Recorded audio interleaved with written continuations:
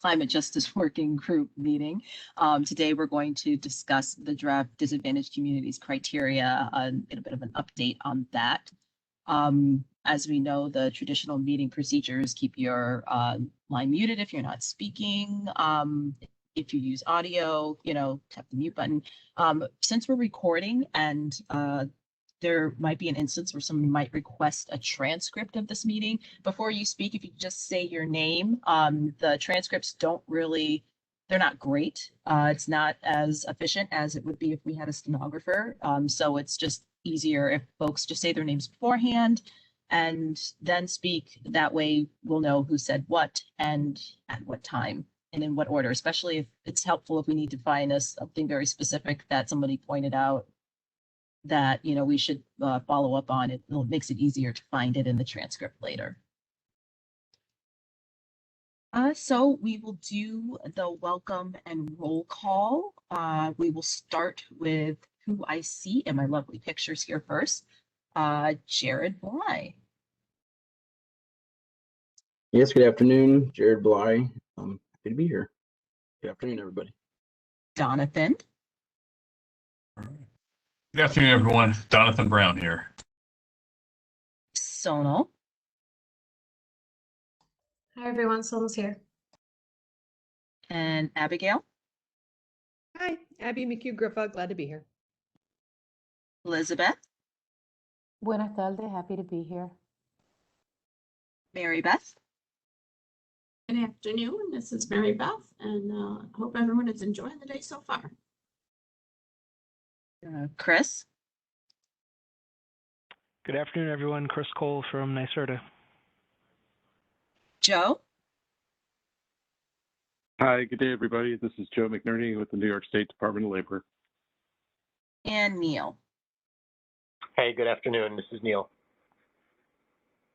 Like I said, we'll acknowledge everyone else who jumps on. We also have some staff members on. Sarah and Bernard is on. This is to take notes and to double check in the chat, and just if there are any issues with WebEx, she will quickly address them. We also have Samir on. You want to say hi to everybody, Samir? Good afternoon, everybody. Thanks, Alana. And we have Amanda. And Alex will be joining us soon. Hi, everyone. All right. So just to kind of, give a quick review of the agenda, updates and announcements, review of the DAC scenarios today. We're really going to kind of hammer into that. It's going to be a longer meeting, 3 hours. So we will schedule a break about halfway through. Don't feel like you have to absolutely sit if you have something pressing. So, get up and, walk around. Never would want to encourage people just to continue to sit for the full 3 hours. So we'll discuss developing the rules for the DAC definition, the criteria, the thresholds. We'll talk about what the next steps are. And at the very, very end, we will discuss the schedule. So I know folks have been a bit concerned about the scheduling. I promise we will discuss it, but we definitely want to make sure that we get through the criteria and the scenarios and the rules. So we're going to push that to the end. One quick update with regards to the minutes. It's been a while since we have approved the minutes for the last few meetings. So it's a little bit awkward to kind of send them to everyone. They are available in our SharePoint folder. So when folks get a chance, if they could go to the SharePoint folder, if they have any questions on any notes, just kind of look those over, and we can approve all of those at the next public meeting. And that way we can make sure that those all are available on the website. Does anyone have a question? Yeah. Sorry, hey, I'm sorry I'm late. For what it's worth, I don't know about the rest of the working group, but I know that if left to my own devices, I will never check the SharePoint. I just can't. If at all possible, if you could email that to us. I know it's sure. A little bit of a pain, Alana, but the likelihood that we'll actually read them is greater than if we have to go hunting for them. Yeah. Okay, I warn you ahead of time. I tried to send multiple amounts of notes once and it wouldn't let me send it. So if I send you multiple emails, each with 2 sets of notes a piece, please do not get angry at me for sending too many things. I don't mean to clog your email.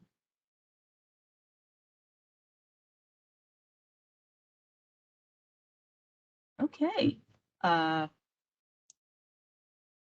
Amanda, did you want to take over or? Sure, I can take over, and if you want to And- pass me the ball, that might be easier. Say, if I pass the ball, I will, I will lose my screen or you won't be able to see my screen. Oh, okay. I So- thought. Oh, I can advance the slides. Okay. Try to do Amanda, that. I'm here, Amanda, just so you know. Okay. Thank you. Well, before we really did want to jump into the disadvantaged communities work today. So we're really going to hit the ground running today. Before we do that, any other updates or announcements anyone wants to bring up?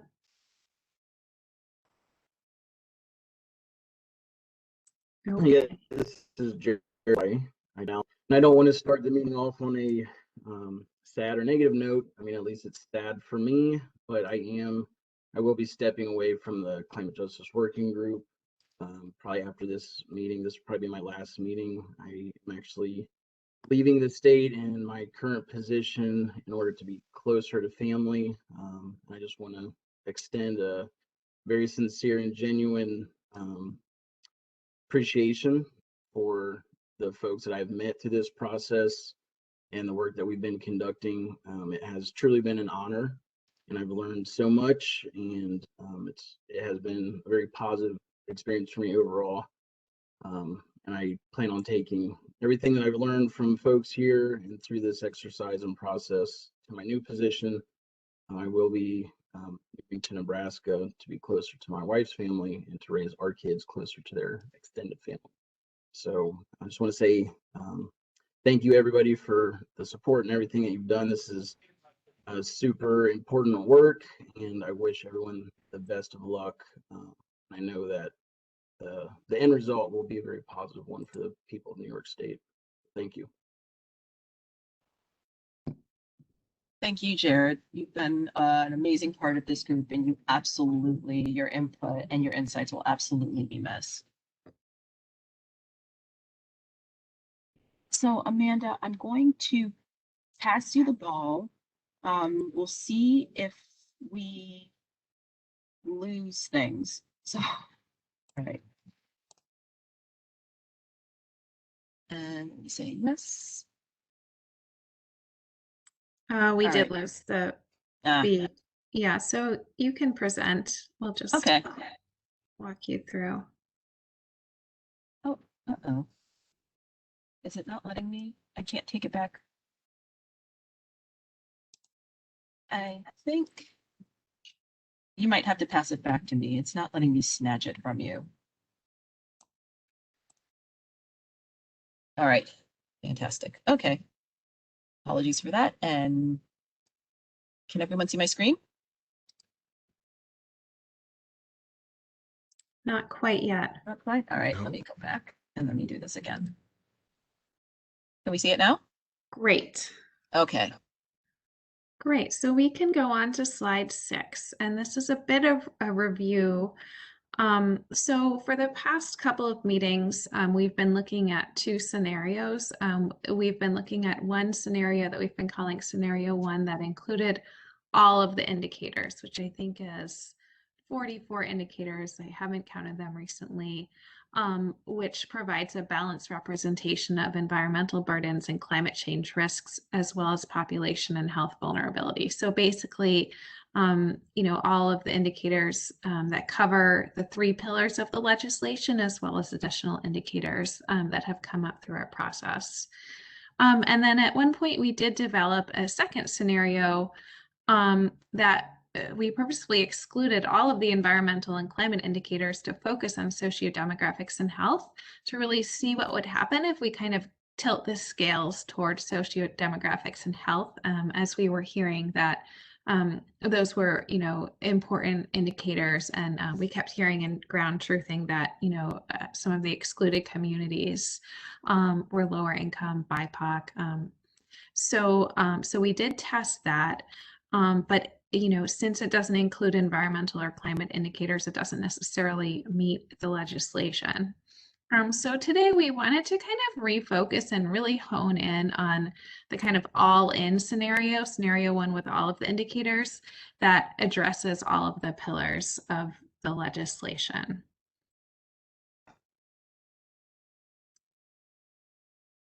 And this slide is really just a review of what's in this. This hasn't changed for a while, so we're pretty set on what this kind of approach and what the indicators look like. So just to review, the first component is environmental burdens and climate change risks, where we weighted things so that environmental burdens have similar weight or influence as climate change risks.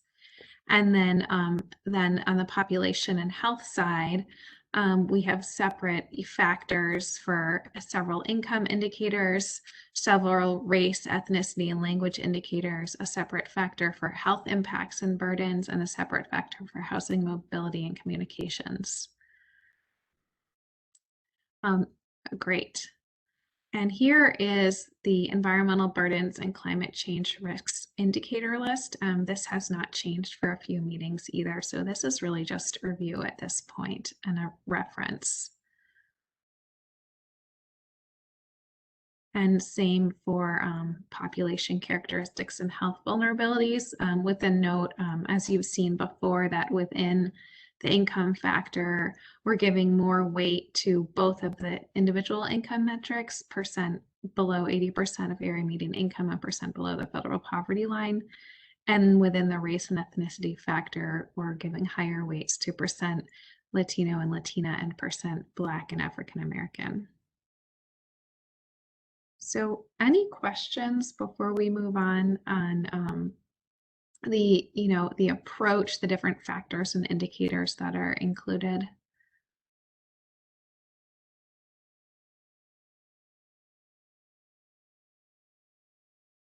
Okay. Hey, can I just ask, I'm sorry, it's Elizabeth.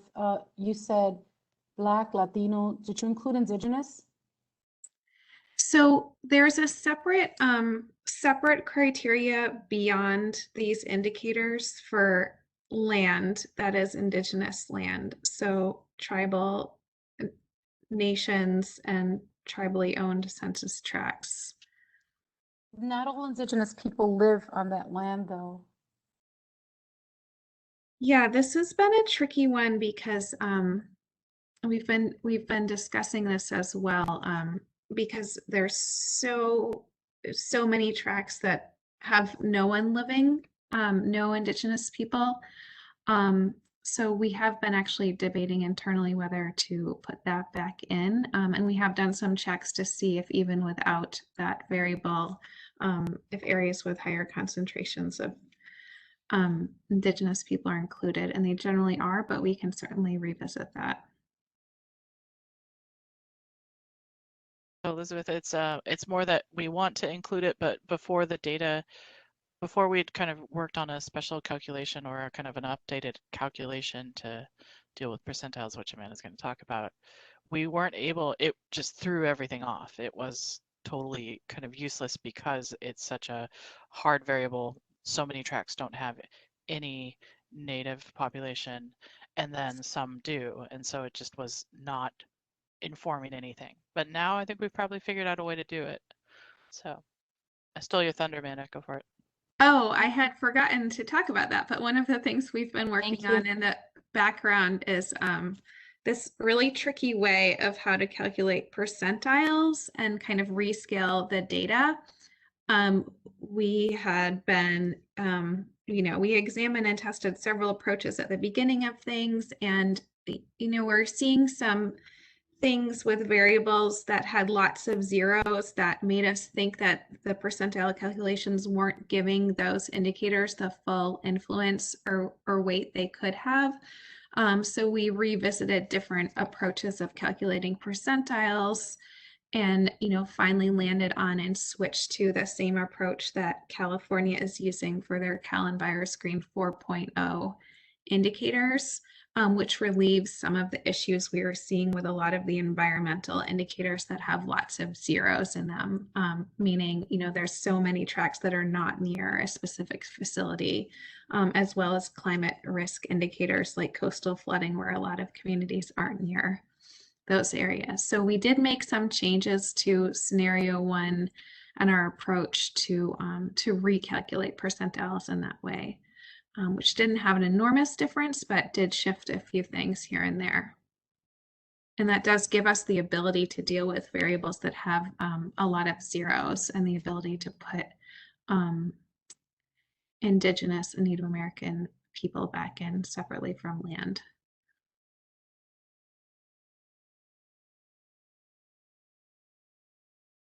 Any other questions on the indicator list or factors? Okay. So, so I do want to kind of show here, this kind of summarizes how things bubble up a little bit. And you see here as designed, and we'll go into a lot more of the regional distributions and things later. But this slide is just a little snapshot that shows how the characteristics of the disadvantaged communities in scenario 1, which is the first column, differ from the average characteristics of the non-disadvantaged communities, or the non-DACs in this scenario. So you see from top to bottom, as you've designed it and we've designed it, the DAC tracks have far more lower income Black, African American, and Latino and Latina households. And then looking at the burden score and the vulnerability score as designed, they have higher burdens and vulnerabilities as well. So just a way to say, it is doing what we intended and what we designed, basically. And we'll talk about some other limitations we're seeing as we dig further in.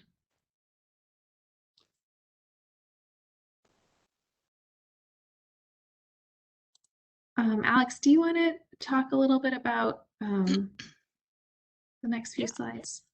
Yeah. So with the fact that we've gotten kind of the factor structure and the indicator structure and the way that we've weighted things, so we feel like we have a pretty solid set of things. There are a couple critical elements that still need to happen, but this is also just a good reminder for all of us, because there's no way we're going to get it perfect the first time. Once we vote, then the public process starts, and we'll respond to public comments and adjust things as needed based on those comments. And then what I'd also like us to make sure we set up, because this should always be looked at, on a at least annual basis, to update the data, to innovate. Much like California's on version 4, we're going to have multiple versions of this as we go in the years. So this is really the process. Hold on. I hear that my volume is too low, so I'm going to change to...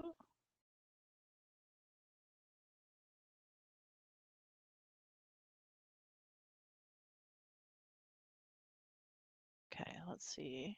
Can you hear me? Yeah? Okay. Okay, I'll move this really close and I'll enunciate. So what this means, I think, is really that this is the beginning. Once the voting starts, that we are going to really have to continue to update this and continue to look at the different variables, particularly as we go and see this implemented and see where it's falling short and not. And I think that's really important to remember. Okay, Amanda, you want to go to the next slide? So we got like 2.5 hours, and in those 2.5 hours, I want us to really think about 2 very critical decisions that we need to make. And they're noodly ones, they're hard ones, but this is really important. Because we have, I think, the set indicators and the way the calculation, we've kind of vetted a lot of different things. We've figured out this better percentile calculation now, that the 2 very critical things we still need to figure out are whether we want individual criteria for households and also the proportion of census tracts you want to designate. So we've been playing around with, smaller proportions around 25, 30%, all the way up to 40 or 40+%. And those are the things that we have to kind of hash out today and really think through, because they're, to me, what is left that are critical for us to really debate and dig into. Next slide. Hey, Amanda, you want to go? Sure. So we wanted to take some time before we look at kind of the maps and the results again today to, share a little bit more of what we've been finding in the geographic definition, as well as, some individuals and households who might be left out, and kind of revisit the question of whether a geographic definition can do everything, and whether some kind of individual criteria might be helpful. So let's go to the next slide here. And this is really just to set the stage a little bit. In the next, section here, these are some of the questions we could start talking about. One thing, we could start with is whether last week's discussion shifted the need for use of a geographic definition. And would any of the investment decisions or investment definitions shift the need or role for individual criteria? So, before we kind of get into some of the diagnostics, any thoughts on, if the investments or benefits discussion shifts your ideas or understanding for a geographic or individual definition? Hey, this is Eddie. I imagine so. I think part of my challenge is following kind of Chris's excellent breakdown when we went through some of the eligible NYSERDA programs, for example, that this would apply to. It seemed to me that there were some programs that lends itself uniquely to individual households, while others are not, right? Like just the two that come to mind is, the HEAP program, right? Like increasing eligibility or directing more resources to low-income folks to pay for both heating and cooling costs. That's a household level, that direct benefit, right? But then there's infrastructure stuff, which, it lends itself to more of a communal impact investment. So I don't know about the rest of the working group. I think I would in some ways feel even better if we had more of a breakdown of the kind of clean energy funding programs that lend itself to individual households versus more community. And it would make me feel better about some of these tough choices we have ahead of us. I just don't know if that analysis is available, and even if it is, that would just be NYSERDA. But yeah, I'm curious to hear what other folks have to say.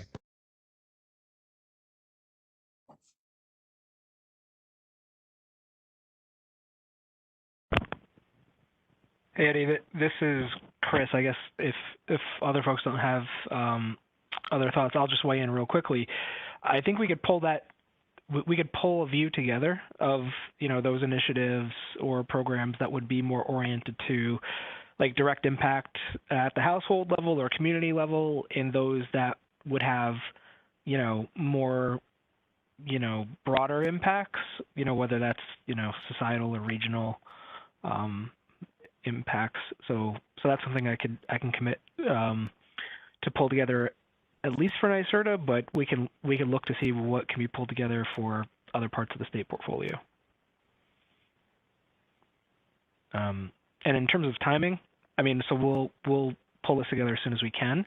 So maybe when we wrap up today, we can look at the calendar and the scheduled meetings that we have and figure out when the best time to go through that will be. And it's something we could share with the working group members prior to the meeting as well. So, thanks, Chris. Yeah, this is Jared from Inc. I would just echo what Eddie said. I think it would be really helpful to have some kind of presentation and to see that breakdown and how that the implications of those different programs with either at individual or community scale level, the impacts thereof. Yeah, this is Jonathan. I too agree. I think the disaggregated breakdown would certainly be beneficial to our overall understanding. So, Chris, thank you very much for volunteering to jump in there. Sincerely appreciate that. This is Abby. You know, I'm actually more than thinking about last week's conversation about this, but thinking about 2 slides ago, I think it was, where, you know, the DAC and the non-DAC columns, and it looked to me, unless I was misinterpreting, that about a third of low-income New Yorkers would be left out of the DAC definition. Did I get that right? Yeah, we have more slides on that. We can get into that. All right. So, I mean, just, you know, that strikes me as a lot. But I'd love to, and maybe this is kind of related to what, you know, Eddie and Jared and Jonathan are getting at, but like hypothetically, what would it look like to have, like, what would it mean in practice to have this individual? Yeah. And Chris, I don't know if you can like speak to that right away or anything, but yeah, how would it work to have this individual definition in addition to the geographically based definition? Alana, you can go to slide 19, which kind of gives a little snapshot of what California does. This isn't the greatest, most detailed. The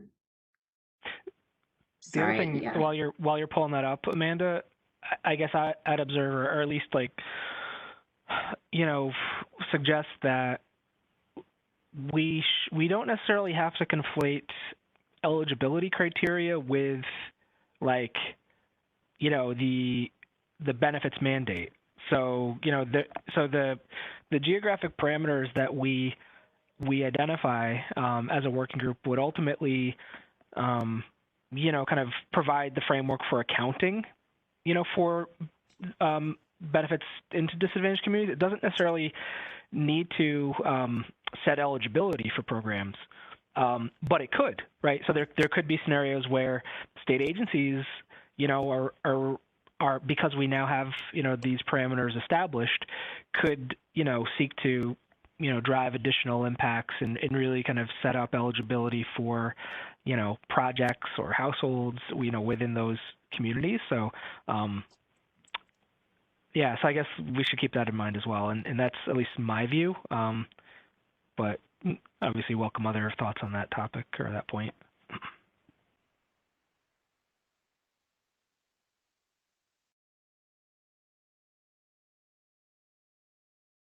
Yeah, that is, I mean, thanks for bringing that up, Chris, because it is kind of like what we've talked about at different times throughout this process, right? Which is, you know, this is the 35 or 40%, right? But there's 60% that's left, and none of that even reaches programs that already have the kind of eligibility written into them that we're trying to replicate for DACs, you know, much more broadly. So yeah, that's thank you for flagging that, because that's right. The eligibility is just, you know, another bite at that apple, right? And in fact, one wonders what a DAC definition would do to, you know, what the already eligible population is. In other words, like, aren't we already hitting all these households? Yeah, but that's the eligibility criteria. I think is something that we need to be you know, factoring in as we're thinking this through. But thank you.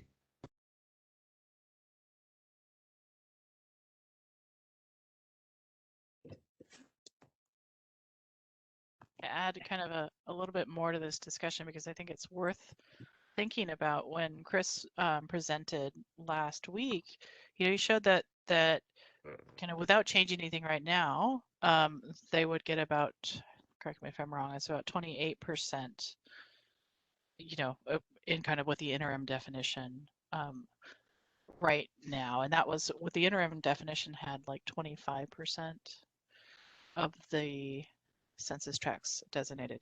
So I'm not a lawyer, and it's more of just like the thought of the spirit of the law is the spirit of the law meant to be wanting to change the status quo of the agencies and how they're doing things or not. This is worthy of debate in the sense of what do you want it to be doing, and is individual criteria a way that can happen or not? Would it stymie it or not? And I think that we need to go there to be able to make that this decision.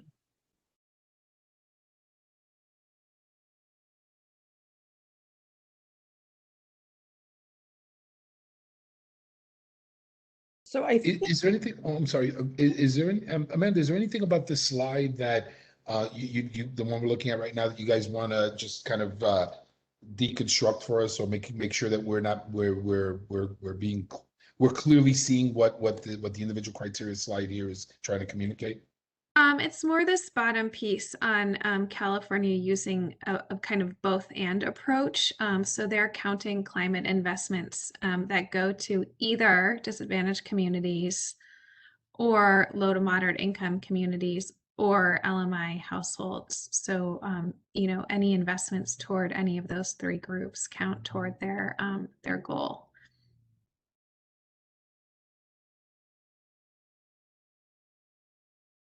And also just calling attention to, Justice 40, including an individual definition.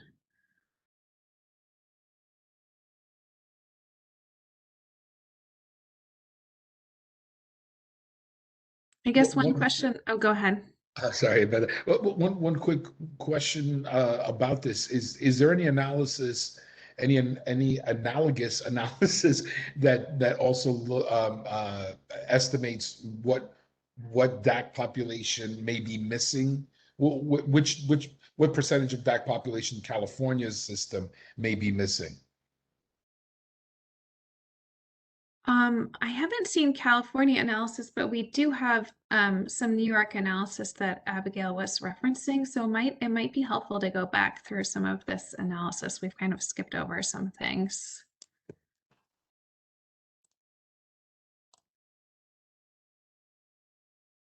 And maybe I can just go back through some of these findings here, and then we can revisit all of those questions. Did you want me to jump back a couple more? No, this slide is perfect. Okay. So, the big thing we're seeing, so our geographic definition has 40 plus indicators in it. It's not simple. There's a lot of different things pointing in different directions. Among all the things in there that are really critical things that, we know you care about, and we've tried to give them more weight and influence, but there's other things that don't always point in the same direction.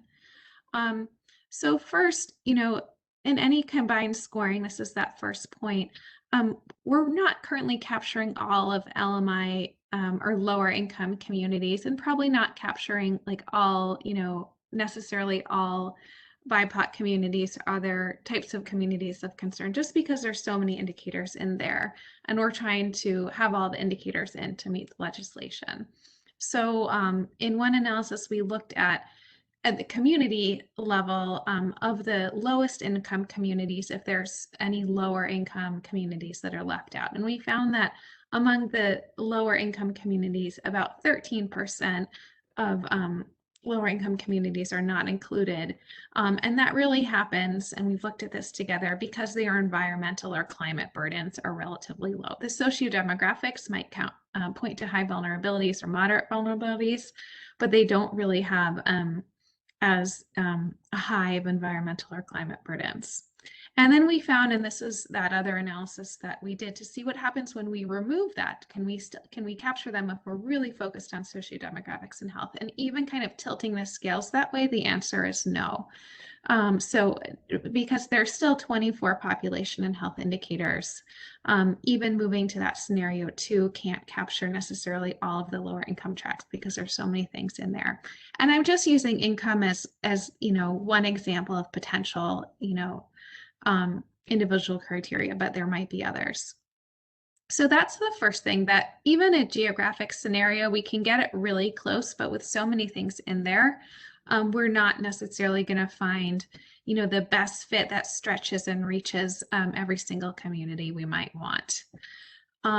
And then the second finding here, and this is what Abigail mentioned, is even with the best geographic scenario, there's no way we can capture all low-income households because they're dispersed throughout the state. So as Abigail mentioned, even though in general, the DACs are capturing a lot more low to moderate income households than non-DACs, and that's, that indicator has a very high influence in our scoring system because of where households in poverty live. About 38% of them in the state actually aren't in a DAC. And because, these are dispersed throughout the state, there's really no geographic scenario that can reach everyone. So the next few slides just kind of go through that information a little bit more. So Alana, if you go to the next slide.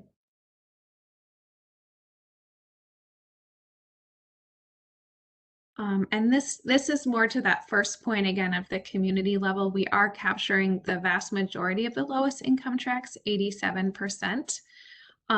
There's some that are excluded because environmental or climate burdens are low. And that's kind of the community scale. And then the next slide, I think, is what you might be more interested in.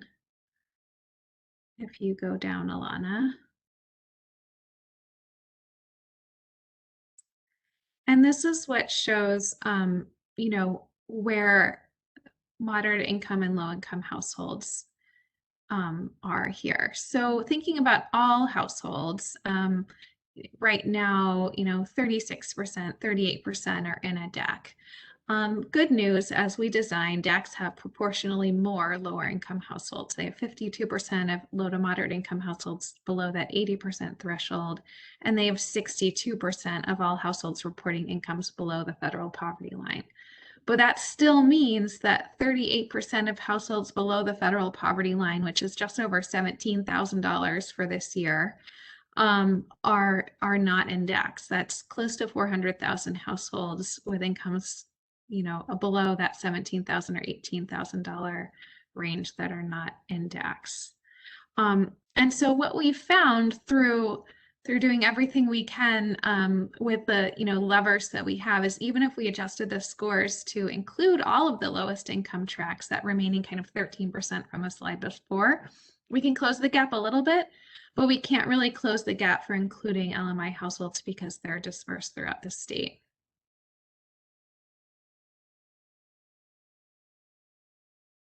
I want to just add to that, being like, so even if you tried and you added all of those DACs in, you basically would have 100% of census tracts as DACs. So that's the noodly part here, right? So we're definitely going to have to, with a geographic definition, exclude some households that are below the federal poverty line.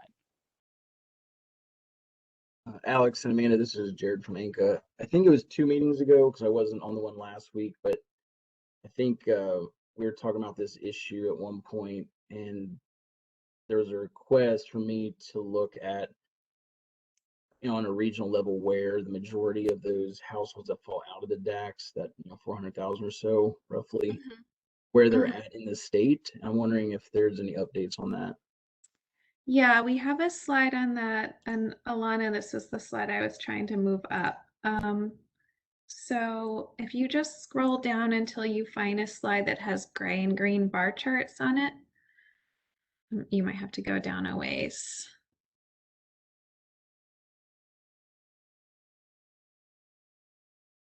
Okay, let's look at this together. Go up. Okay. So actually, let's just go up one for context here, because this is something else. So you've probably seen this, Jared. Another thing that's happening is we've also tried to make a lot of adjustments to allow the rural indicators to have more influence. But even with those adjustments, again, with 44 or so indicators, there's so many other indicators that are highly correlated with burdens and vulnerabilities in urban areas. So right now, about 19% of rural tracts are designated as DACs, and that's actually an improvement from last time, which was about 13%. So that percentile scoring calculation we made actually helped this and allowed even more of the rural concerns to reach the surface, but still it's proportionally much lower than urban areas where 52% of census tracts are designated. So that's kind of background information for this next analysis of where the households in poverty are. So, so these gray bars are those numbers that you just saw, essentially the percentage of households who live in the DAX. So in rural areas, about 19% of households are in DAX. In suburban areas, about 28% of households are in DAX. And in urban areas, about 52% are in DAX. And then the green bars show what percentage of the high poverty households live in DAX. So of everyone in rural areas who's high poverty, what percentage of the high poverty households live in DAX? So in rural areas, about 26% of the high poverty households live in the proposed DAX, meaning that 74% of high poverty rural households live outside of DAX.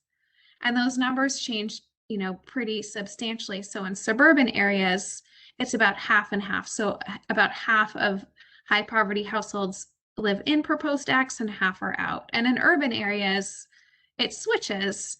And you see that about 74% of the higher poverty households are captured by urban DAX, whereas only about 26% of the high poverty households live outside of DAX.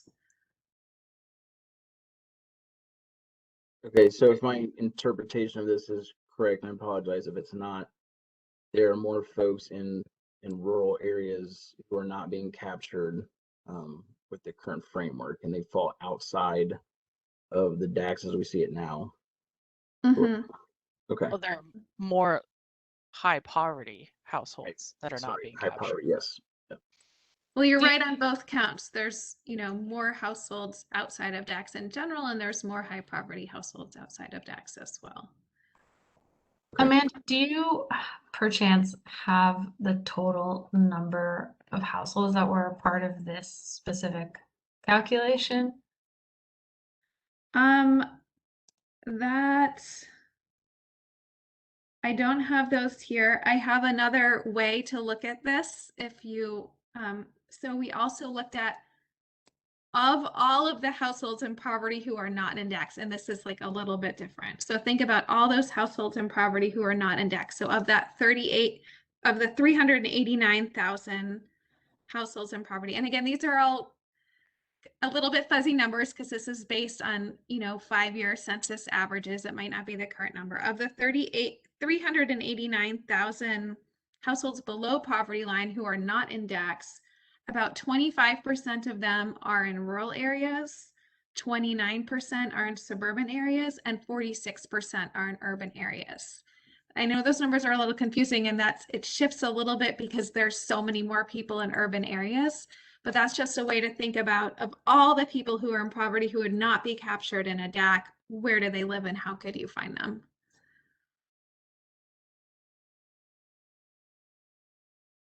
Can I take can I ask, I guess, Chris, I think that part of what would be helpful is what is the practical application of this analysis? So for example, let's say there is, a rural household that doesn't fall in a DAC, but it's high poverty. Am I correct, Chris, that it almost doesn't, it depends on the program, right? Because if you're income eligible as a high poverty non-DAC, household would be, you're still eligible for the program money for something like HEAP.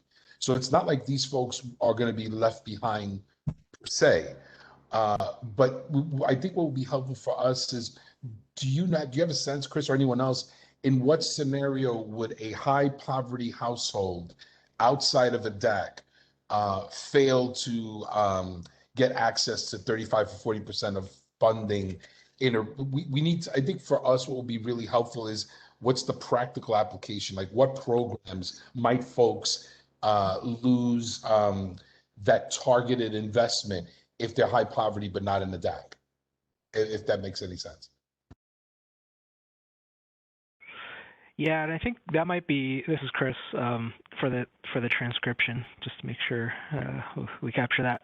But for the conversation, next time when we dig into, what initiatives or programs that are, going to be more impactful at the local level versus, regional or societal, we can talk about this further. We'll have to get a little more thought, but I guess in general, Eddie, the question about like in practice, I mean, it will depend on the program and how programs establish eligibility, so, back to that point, like just because we have,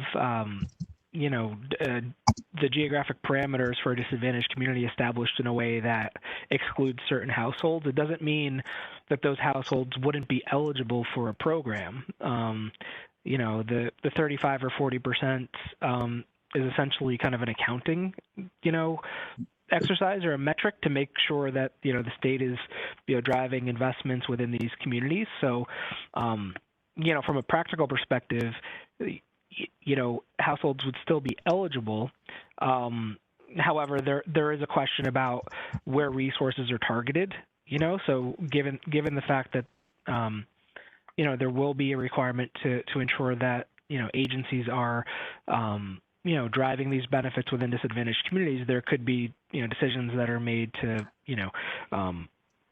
fund certain activities over others. I'm just speculating now, but, it could be, there could be other consequences, but we'd have to think about this a little bit more. But yeah, in general, whether it's HEAP or weatherization, initiatives, those programs would still establish eligibility based on the income of a household, and it would be similar as it is today, where the available resources and ability of the program to do outreach, and enrollment, in different parts of the state, that'll have more of an impact on whether a household participates or not than the 35 or 40%, benefits requirement that the state has. Does that make sense?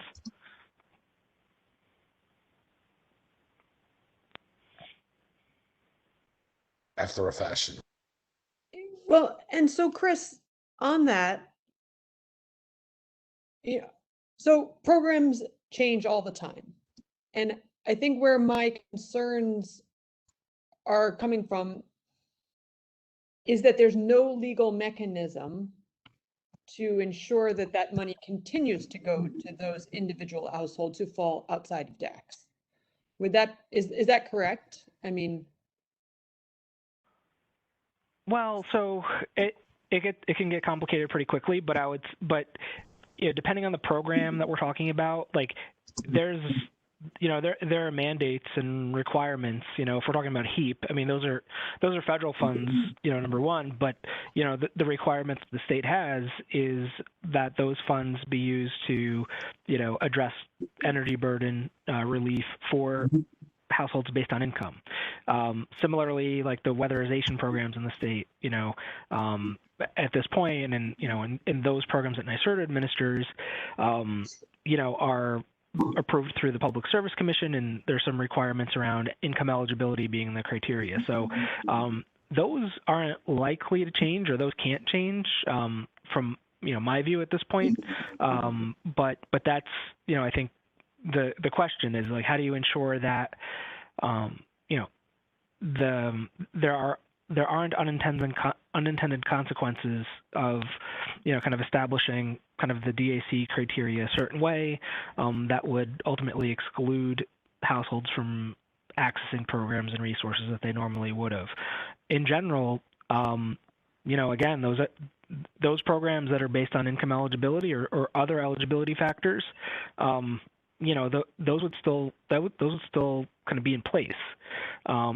So it would really be a question of, how do agencies shift their strategies in order to ensure that, 35, 40% of impacts are happening within disadvantaged communities. I think that's really the question, and I can't really speak, I can't speak for the other agencies or, the other, for the governor's office here or the legislature, but obviously, from NYSERDA's view, we would still have programs that are targeted at, income eligible households to address energy burden relief, as well as programs and initiatives that, are, addressing the needs of communities. And so what that looks like rolled up, though, statewide is still, I guess, a bit of a question for me. So we do need to maybe break down the, what programs are doing what, kind of as Eddie suggested earlier, to get a better handle on that.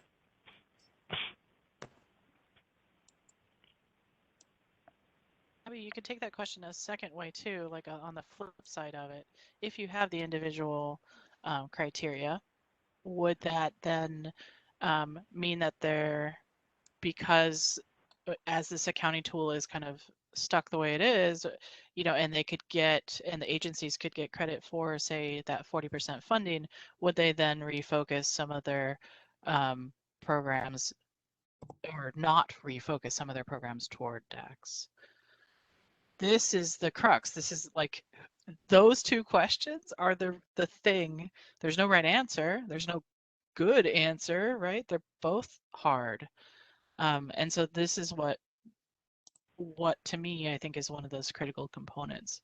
And compounding that is the fact that because of the way households differ in rural versus suburban versus urban areas, the impact of excluding individual criteria means that it's felt more heavily in rural.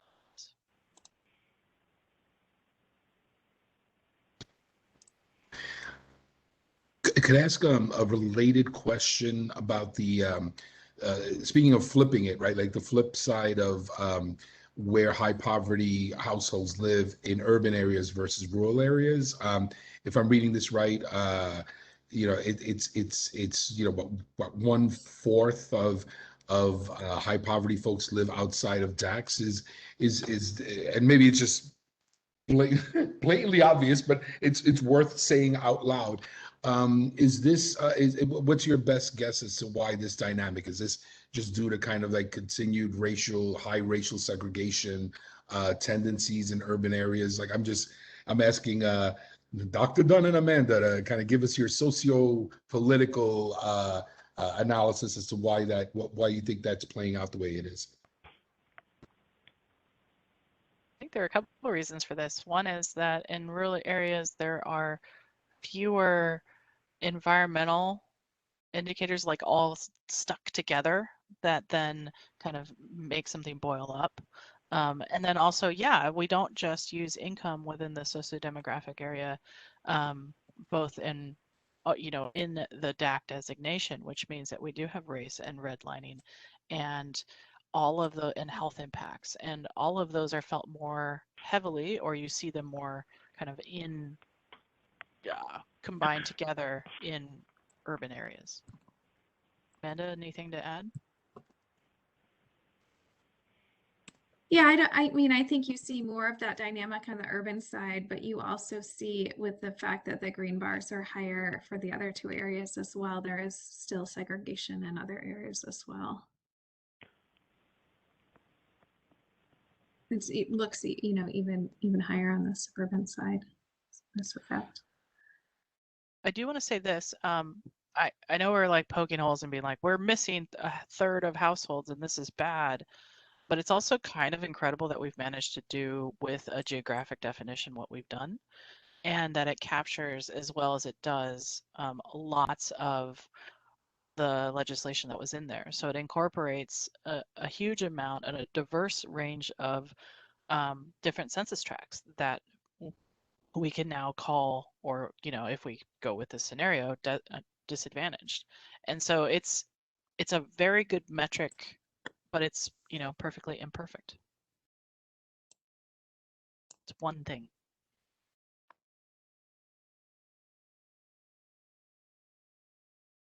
Yeah, I have a question, Alex. So then what can be done to address it, as we continue from year to year with this process? Like, yeah, because I agree with you that we're not going to solve all problems here, and it's perfectly imperfect. And it seems like a pretty large number to me, in particular in rural communities that are in general also just are resource starved in order to make those transitions happen. So how do we then build something into the scoping plan that A, doesn't forget about it or leave it behind, and then B, like, you know, what, I don't know, I'm just trying, I can't think through, like, you're really a whiz at this, so like, what are ways to help mitigate this? I think in the long term, I think that there's a lot of things as we go, we're going to get better at attuning the data and incorporating things. So there's that, which gives me hope. But Amanda, you had a really good idea, which was a different type of idea about the communities in rural areas. Do you remember we were slacking about this? I don't remember. I mean, I think that, you know, overall idea is that you could allow, you know, credit for reaching individual LMI communities and individual LMI households. I don't know if that was it, Alex, or I could share how Yeah. California has dealt with this, which is an interesting approach that we could revisit. Yeah, we can revisit that. I was thinking that that LMI community kind of wrapper for other areas could be good, right? So like we've already created in essence to make sure that we do capture more rural and suburban areas. We've captured this whole, we have a model for New York City and then we have the rest of the state, right? So we already have that. And so there's precedent for us to start thinking outside the box and giving some other ideas of then do you have a wrapper of not necessarily low income households, but low income communities outside of the DAC, you know, definition that we already have. I mean, Alex, can you share? I can illustrate what Alex is talking about if you hand that over. The slides. All right, I'm going to, you want me to switch it over to you?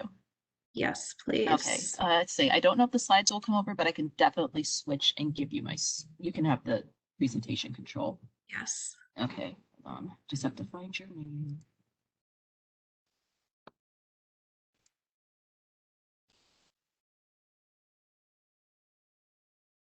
So Rawa, there are things that we can do. And I think that it's just like us trying to think outside the box on what those are.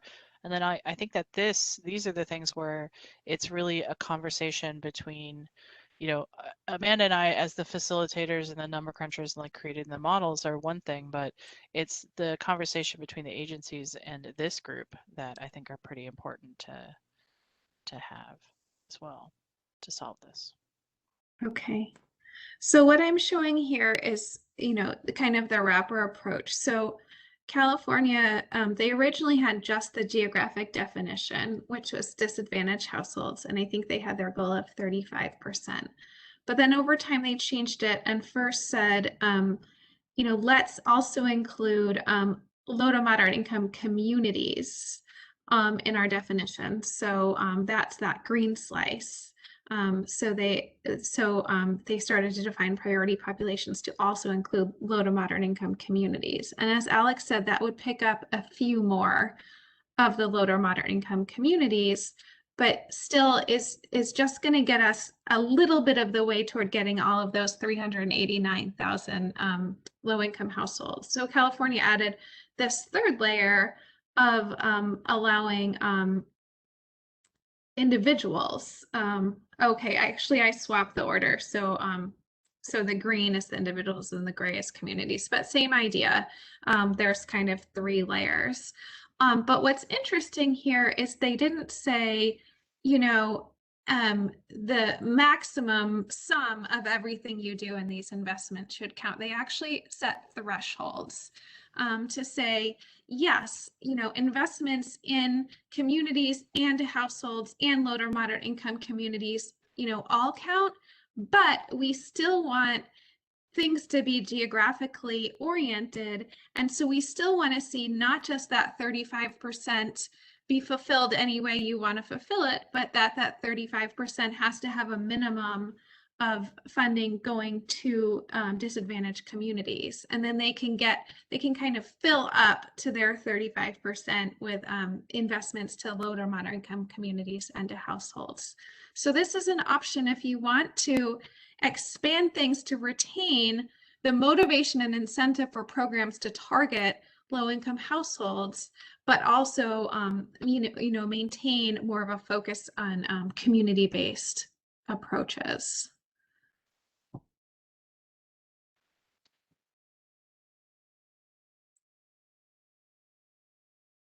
So I'm just thinking back to our, the conversation we had with the California folks way back when they said straight up that the geographically focused definition really didn't work in terms of including, I think they mentioned both rural communities and indigenous populations. And so I would hope that we will learn from their mistakes. And, they've had some time to iterate on this. So, copying them to some extent makes sense to me. But also, I don't know when is the right time to have this discussion, or, I mean, we've already sort of had it, but like, what are our framing principles? And we've talked about, no DAC left behind. We've also talked about prioritizing those people, I guess, individual households, whatever, that are going to be least able to respond and to the climate crisis and make this transition. But I feel like if we had some consensus around just like philosophically speaking, what we're aiming to accomplish, it would be a lot easier than to come to consensus about the details. I wholeheartedly agree there. I think having kind of those, basically, I mean, we've had that no DAC left behind idea, but from what Amanda and I have trying to be the conduit of what you guys are saying to us and then distilling it, it does seem like there is this push-pull of what is this legislation really trying to do? Is it trying to help provide for those that are most at risk for future climate that won't be able to bounce back when a climate crisis happens? Is it meant to be making sure that and therefore, that includes both the climate element, so the climate crisis is more likely to happen in certain areas, plus, and hence the environmental versus the sociodemographic kind of components to it. So I would love to hear from you all. What is the guiding principle that you feel in your heart right now? And then I think coming to a consensus on that will help to make the decision on these 2 points, because really these are the 2 points that are left for us to make, which is what's the proportion of, census tracts that we want to designate a DAC, and do we want an individual criteria or an income community-based criteria wrapped around our DAC criteria? Alex, could you repeat the juxtaposition that I heard the first part and I was distracted for the second one. Can you resummon that brilliance? Because I think that's what Abby's saying is I think the crux of where we find ourselves, right? Like we need a little more direction, and I think that landing on where we think we're leaning towards with this juxtaposition would be helpful.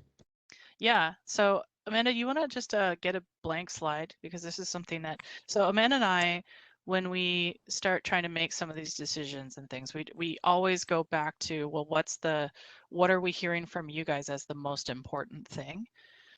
And there are a couple things that we're here. One is often that we don't want to leave people who are most at risk of a climate crisis behind. We want to make sure that there is a way for us to funnel funding or direct or put a lens on funding for groups that are most vulnerable during climate crises. And then if you start peeling that onion, then you're like, well, who's most vulnerable in that area? And so then it's kind of like there's systematic underfunded because of racism and segregation and all of these things. So then we have kind of this focus on race, ethnicity, health parameters, all of that comes in. And then we start thinking about, well, there's also income. If someone in my neighborhood had a flood because we live close to flood or creeks and things like that, who could respond to that? And so that comes up to income. But all of that kind of overlaid with the idea that there's some regions that are most at risk because of climate being what it is. So either flooding risk or hurricane risk, and then heat, island effect, everything like that. Oh, I like that, Abby. Also, least able to participate in clean energy economy and transition to clean energy. So delivered fuels, that kind of stuff, I think is actually really an important one to think through.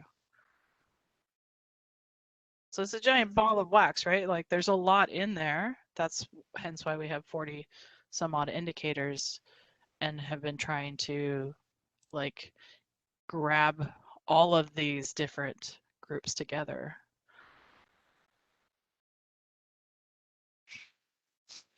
Not as brilliant the second time, Eddie. Still leaps and bounds ahead of me. So I'm sorry.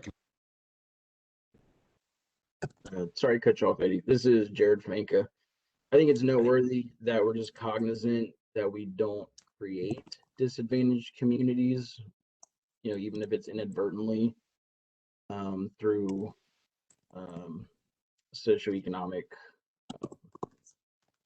parameters or anything related to that.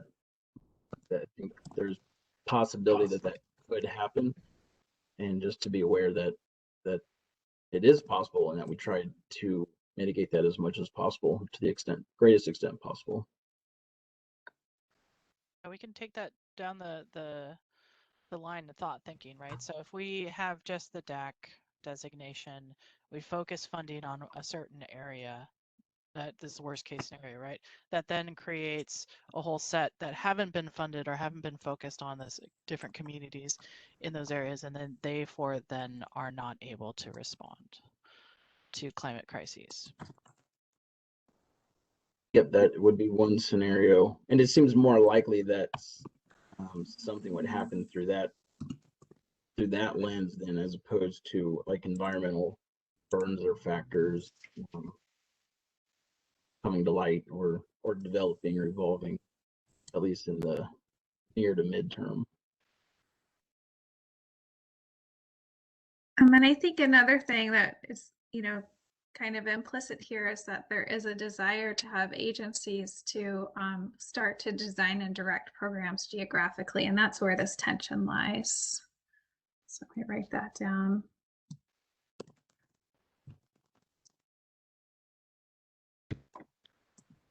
Exactly, man. I think that, I mean, part of the problem is that as this slide this slide is articulating, as best I can tell, like all of the things that those of us that were pushing for CLCPA to do, you know, I think this reflects the spirit of all that we were trying to accomplish. And I think that's part of the problem, right? Like once you're at 35 or 40%, you know, you can't cover everyone, right? And that's why, like, to me, I think it would give us a lot more focus if we have a sense of the practical application of this stuff, right? Because so for me, what I'm hearing or what I think I'm understanding is that there are in these choices that we're faced with, there may be some high poverty non-DAC residents who won't fall into the 35 to 40%, who are nonetheless going to be eligible anyway because they're high poverty non-DAC residents. For, you know, they'll be eligible for whichever programs we're talking about. And I think that for me, what would be helpful is where are high poverty non-DAC folks actually being left behind? Like what is the bucket of funding that we potentially that these folks potentially can miss out on? And I think that for me, like once I'm clearer about that, because to be totally candid, like there are moments I'm like, well, you know, if there are eligibility requirements, I feel less pressure, but it makes me wonder if I'm looking at this wrong.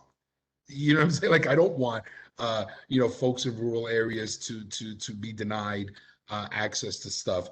I'm just trying to wrap my head around whether that's a real concern, and if so, then we're at this stage of, well, how do we doctor this so that we're incrementally adding more and more of these folks. So that's where I'm landing at. Interested to hear what other folks have to say. Yeah.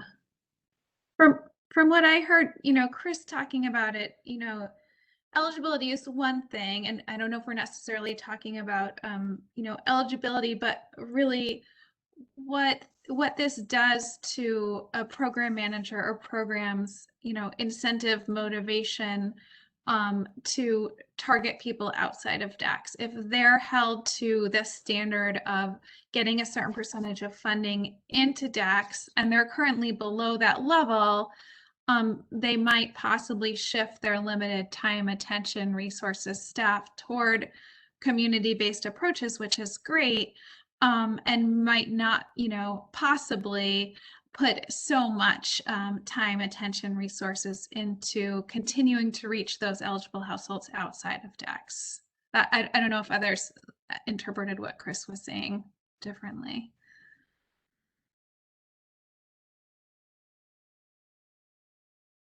Add another wrinkle to this, and I think it's also worthy of discussion or looking at, to the point of wanting more data of how rural households are being reached right now. Like, are the programs effectively making changes in rural areas? One of the things I think that the design target efforts geographically, it's more of also just like, think about different ways of designing and targeting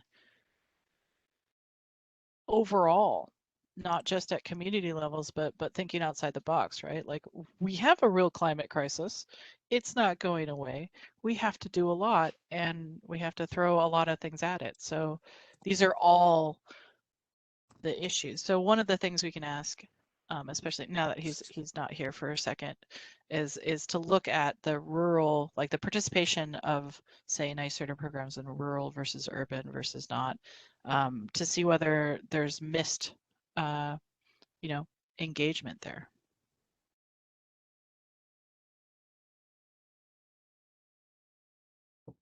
And by the way, no matter what we do to this definition, that issue, what I'm seeing this conversation in the chat about kind of rural households not being engaged in a robust way, that may not change because of us adding them into the definition here.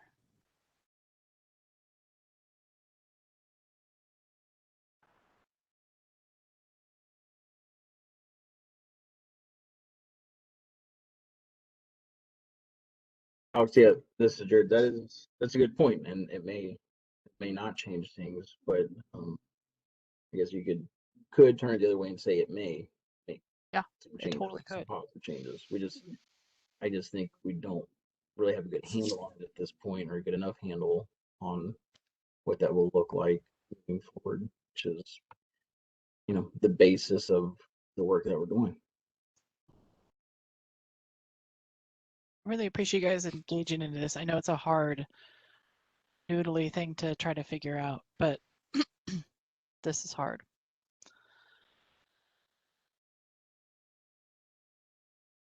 Amanda, do you have any more slides for the individual stuff that you want to go through?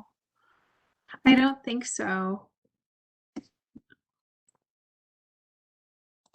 Does anyone want to refine or change some of these framing principles, or kind of work through making one larger statement? Like, this is a lot, right? Part of the reason why No DAC Left Behind worked for our brains for a while was because it's like just one sentence. So it would be, I think, behoove everyone here to try to think through. Is there a guiding principle in here that you're thinking of?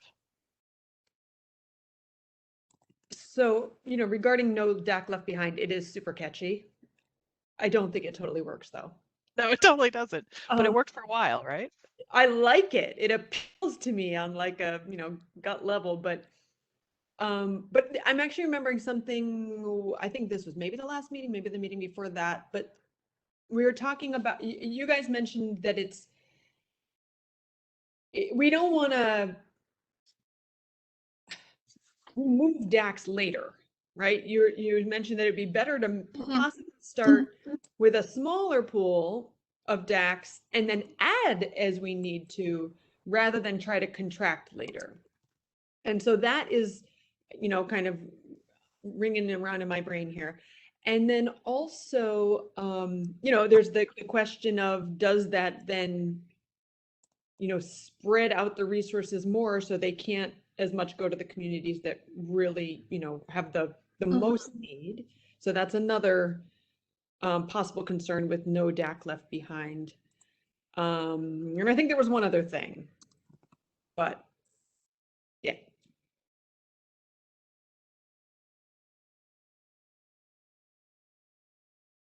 And I would say that I know what it was. Oh, I know what it was. Came back. So we have talked about, and I think decided it's not a good idea, but maybe there's sort of a hybrid way to do this. The idea of a tiered approach. Like what's our, where do we want to prioritize investment in the next 5 years versus longer term, possibly. So I don't know if maybe starting with a smaller pool of DAX initially could do that for us. That's it.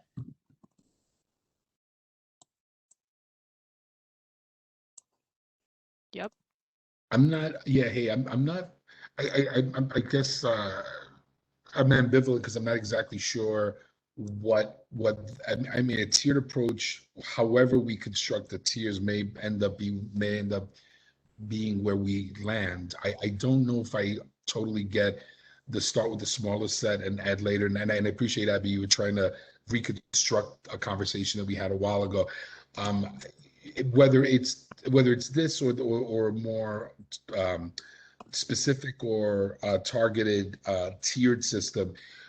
At bottom, for me, I think what would I would also love to know or get a sense of if either of those two options would reduce the ability of, how can I put this? I wonder if in trying to, and forgive me, folks, I don't know any other diplomatic way of saying this, but I just wonder I wonder what the impact of those approaches might be in terms of diluting resources that might go more to Black and Brown communities.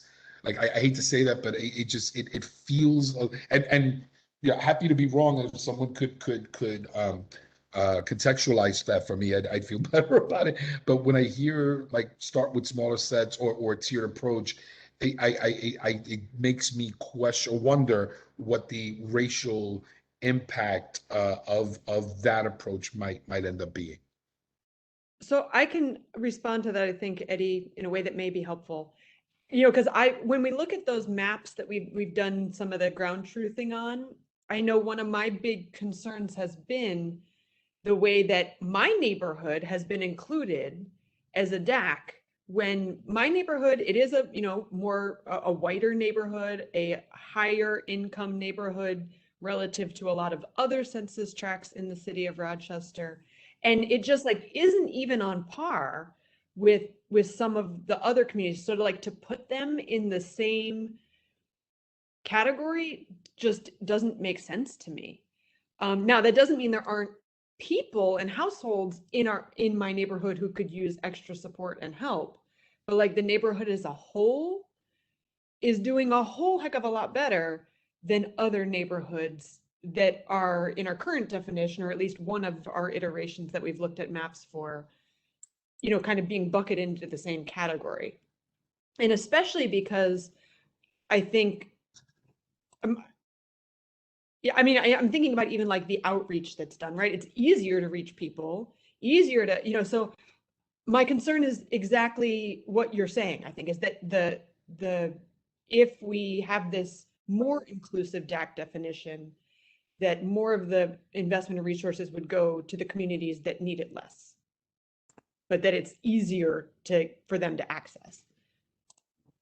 Abby, that's really helpful. And I remember that moment when I think a number of us were looking quizzically at when we were ground truthing some of these DACs. Was that I'm trying to remember, was your observation in the early application of the indicators and DACs, and because there was the moment when Loom did when they repackaged the analysis, so we added more of some, added less of other indicators, and it seemed like we landed in a better place. But I don't recall when it was you made your do you remember offhand? Like, was it early in the ground truthing, or was it like later on? Good question. I'm not sure. Well, we do have maps. We can always check. But I think that the point still stands, right? So there's definitely some areas where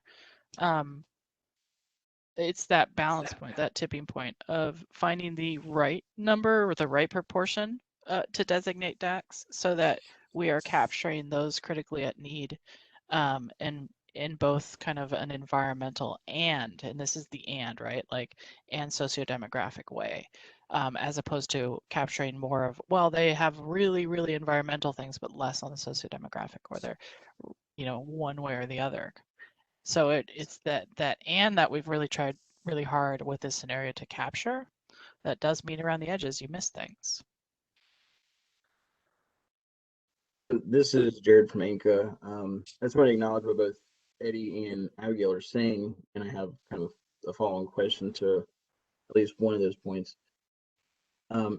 Abigail, I appreciate, the tiered approach and trying to be precise and impactful with investments, and I agree that to an extent. But to Eddie's point, and Eddie, I don't want to speak for you, but my concerns would be that if we don't come out like heavy-handed and swinging with a kind of full frontal approach on this, is there a possibility that if it is tiered, there will be road bumps and challenges in the future that kind of stall the progress that we're trying to make? Or should we just come out of the gate kind of full force and try to incorporate those benefits and investments as much as possible while the opportunity is open? Just curious how other people feel about that.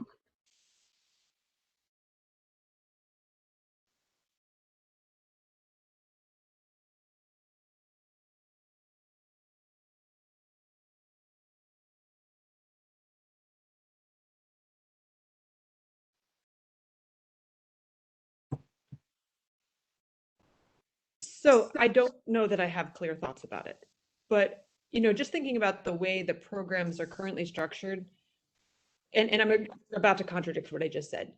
Like the geographically based eligibility for NYSERDA programs has been hugely helpful, at least for us in our experience in our region. Like, just being like, you live there, great, you're in.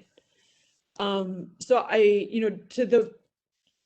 and the truth is, we need like every household to be making this transition. So to limit eligibility, I don't think is particularly helpful. So that's my fairly worthless 2 cents.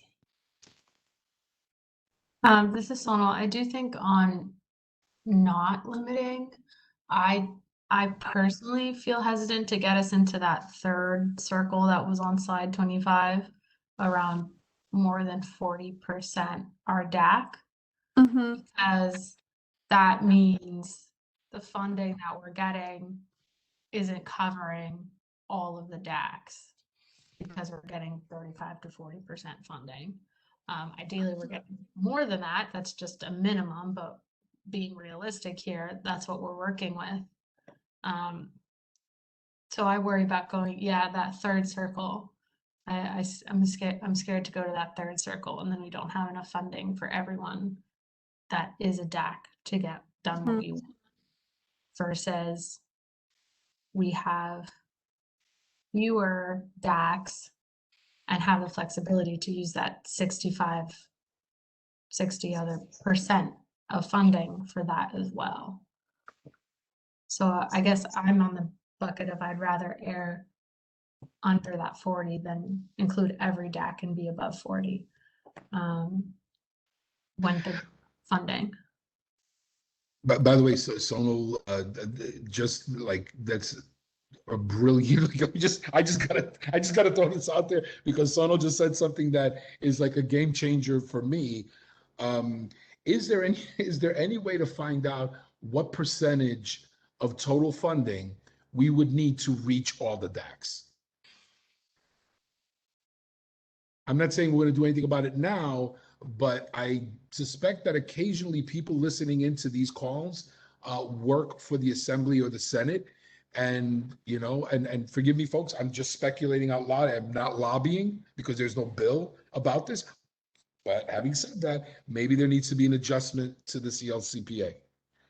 But it would be, is that possible? Is it possible to do an analysis of how much the percentage of all the clean energy funding would be required to make sure there's no DAC left behind? And thank you, Son, because we always got to push. I love that. It's flipping the analysis that we have. So we don't have the data to do that, at least on our side, but flipping the data on the another side and saying like, well, what is necessary? What is needed to do this? Part of the reason I love that is that all of these discussions, what we're kind of getting at is like, we need to change the status quo. We cannot have it so that we're creating something that then just continues the status quo. And so that to me is the critical question. But again, this is me trying to echo what you guys are saying.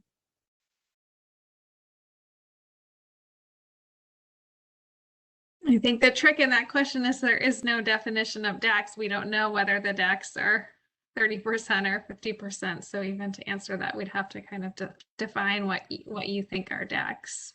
Yeah, we'd have to put a stake in the ground and then look at it that way, but that's doable. So Sonal started this awesome conversation about where we're at with the kind of how big a piece of pie do we want to make here.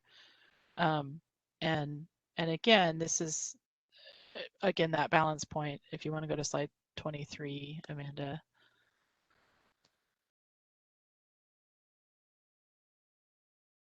You know, what we were kind of talking about of do we have a larger proportion or do we restrict?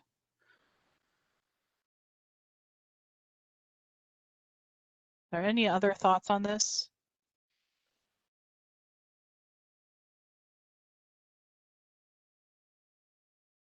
I guess just that I would find it super helpful, and I don't know if people are open to this, but just to go around and everyone say kind of on this very question, where are people like now?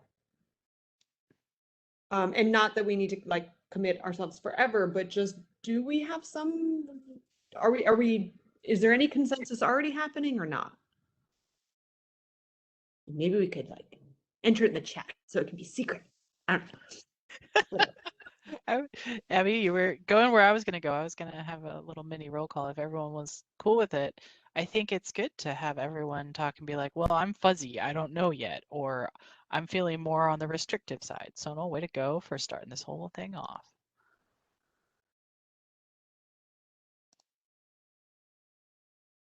Abby, where are you at? I think I'm more on side 2 with the potential mitigation of some kind of individual household level.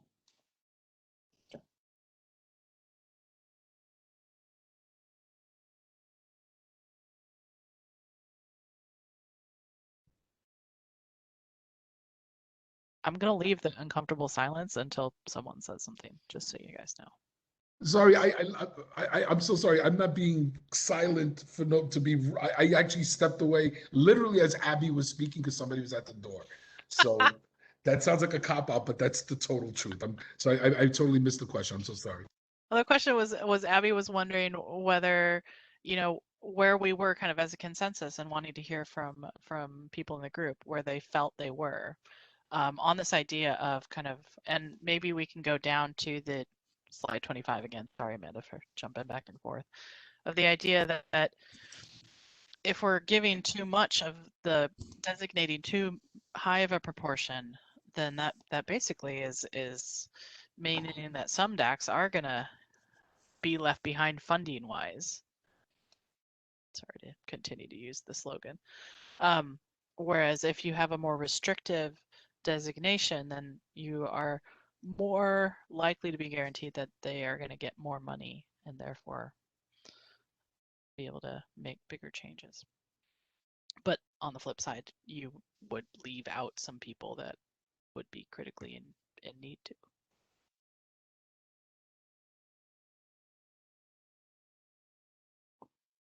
We'll go back to slide 23.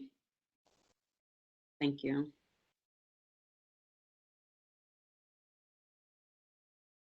I hate thinking in the binary, and I feel like I'm making a choice between two, like, not great things, right? Because they're so nuanced. But this is RAWA, and I think that I'm currently leaning towards 2, with the caveat that as we get better with being able to access better information over the years, that this is actually, I don't know, like some kind of assessment or evaluation that's a little bit more robust, and maybe on an annual kind of basis to assess it, so that we are continuing to expand and grow, especially as we have more information about how much money is actually there to invest in these communities. But I'm a big believer that all initial investments should go to the hardest hit, most vulnerable communities first. I'm gonna put that on as framing principles. And I'm going to add, probably because I am an evaluator and researcher, that it needs to be iterative. We'd be doing bad science if we just put a stake in the ground and did not evaluate and look at this right now, in the coming years. So I think that caveat is something that should be a requirement. This is the first time I'm actually making my opinion the thing, but I would urge you all to put that in the recommendations that you put forward.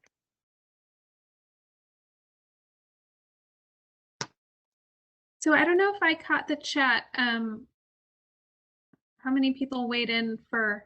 There's a lot of nuances and options here we can discuss. This kind of, again, yeah, does look binary, but there's some options here for how big the slices are and tiered approaches as well. But where do we sit in terms of number 1 versus number 2 here? Hi, this is Mary Beth. I think that I'm leaning towards number 2, with, the understanding that we would mitigate it with individual definitions and capture those individuals. But I do want to review it again and think on it, but that's where I'm kind of leaning and positioning myself right now. Thank you. Thank you. This is wonderful.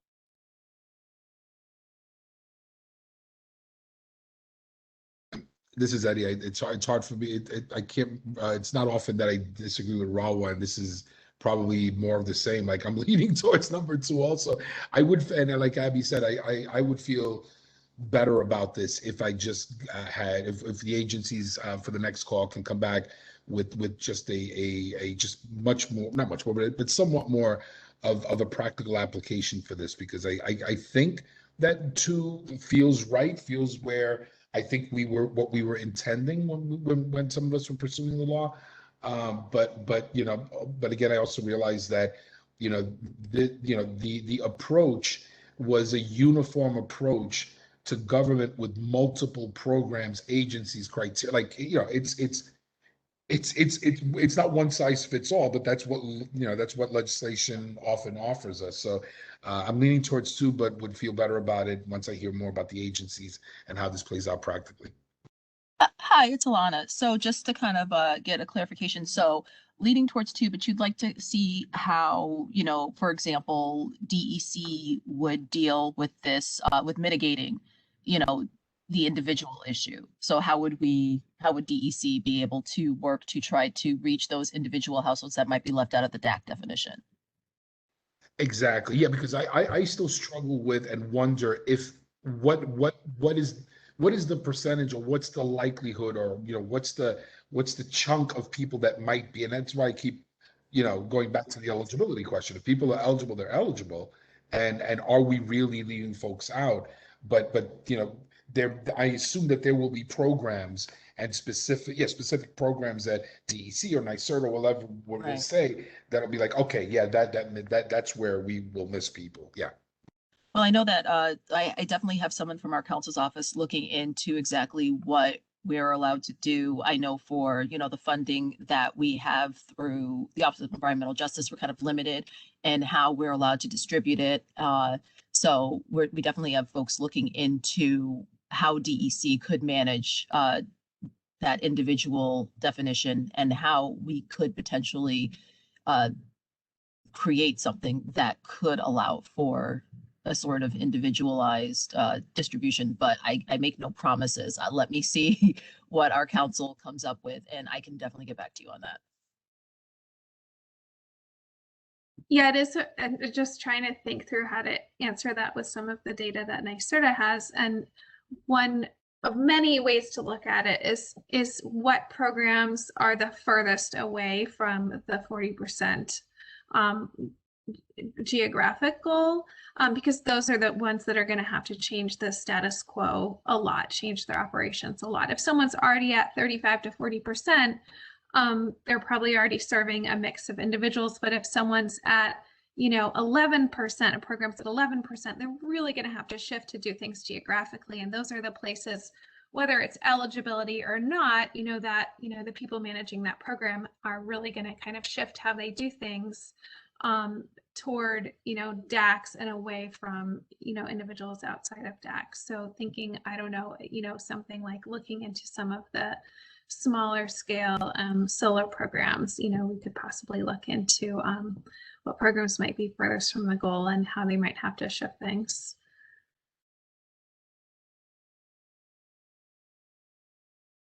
Before we go on a break, which I'm going to just dangle the break as the carrot here, I would like to hear from group.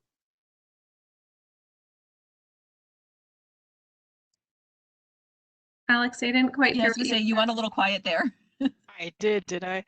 So I'm gonna dangle we're gonna go on break soon, but before we go on break, I want to hear from more people about this dichotomy thing.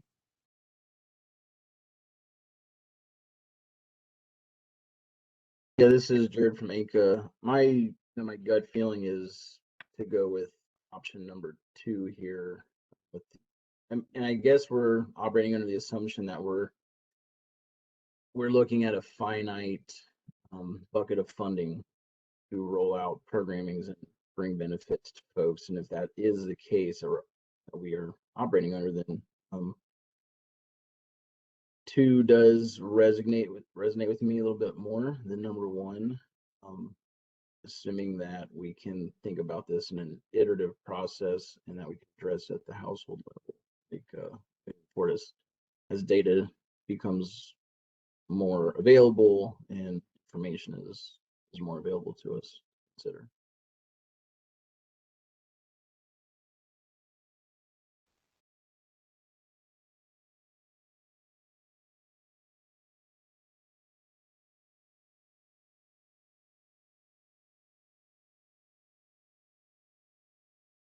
Any agency staff want to provide their opinions or thoughts?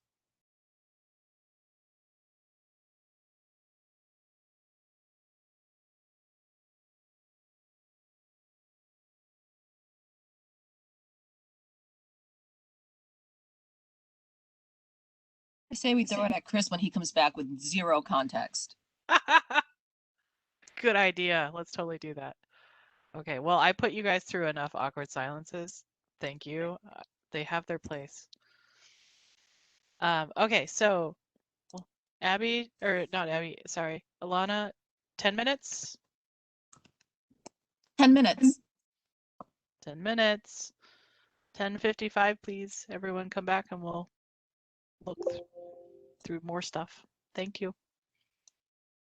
I have to go at 2, so I probably won't be returning. Again, I just want to express my thanks to everybody for this great work and being able to participate with such an awesome group. And I wish you all the best of luck in this. And I think Alana and I have been working on some kind of arrangement to make sure that we still have representation from our organization and for the residents that we represent in the rural part of the state. So I'd say look for her for updates on that. But thank you all. Take care and keep up the good work. Thank you, Thank you. I Jared. miss you. Best Feel of free to luck, keep Jared. watching us. I will definitely be following this. He's right. They have Zoom in Nebraska. You indeed. Thank you again. Bye.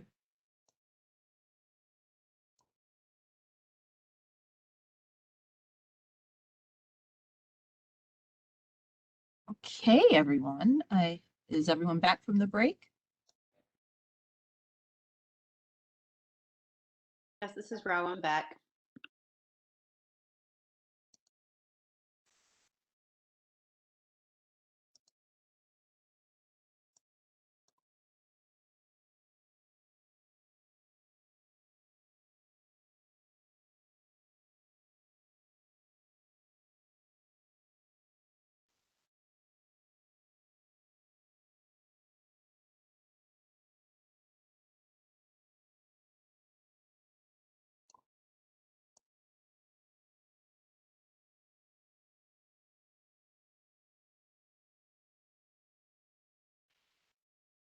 Uncomfortable silence again. Okay, I see Sonal. So we have Sonal, we have Rawa.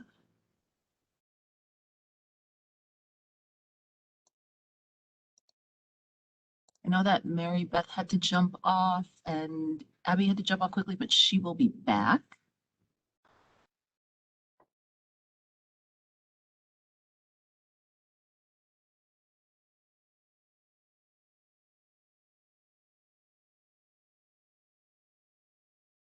Would you like us to get started, Alana? We can give everyone another minute. They might just be running a little late. Give them another minute and then we'll get started again, if that's okay with everyone.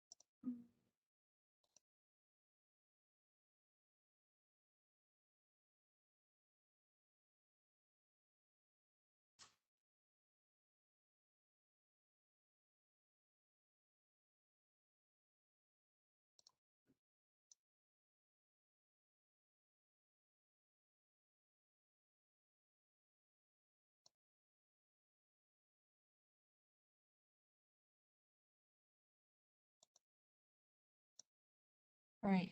I think we can probably get started and, other folks can jump back on when they're back.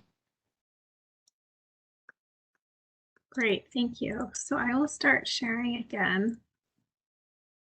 And I'll just start off by saying this has been great and so much needed. And this is actually exactly what, we hope to start doing is figure out what some of these tricky rules should be and the tricky numbers behind these designation thresholds should be to kind of put this definition together. Understanding that we have the building blocks of our geographic definition, but we can add on that, and we also can decide, how big that slice should be. So while we were on break, I kind of put together some ideas and questions we might be able to think about for what option 2 could look like. Understanding there still are a lot of uncertainties and open questions that might shift things. Just wanted, before we move on to another topic, to see if there's any ideas around there about what this could look like. So some of the questions that we could talk about are, what additional layers would you like? We've definitely talked about individuals. Should there be additional communities that are added, such as low to moderate income communities? If these other layers become part of the definition, particularly individual communities, with the idea that you might be interested in option 2, which is a more restricted DAC definition, what percentage of the state should be DAX in this restricted scenario. And then, some of the more nuanced things of doing this is, if the, overall DAC definition becomes both geographic and individual, would you want to set some kind of requirement to, still kind of direct some greater share of funding geographically, for example? So I'll stop there. Any ideas on what you're thinking this would look like?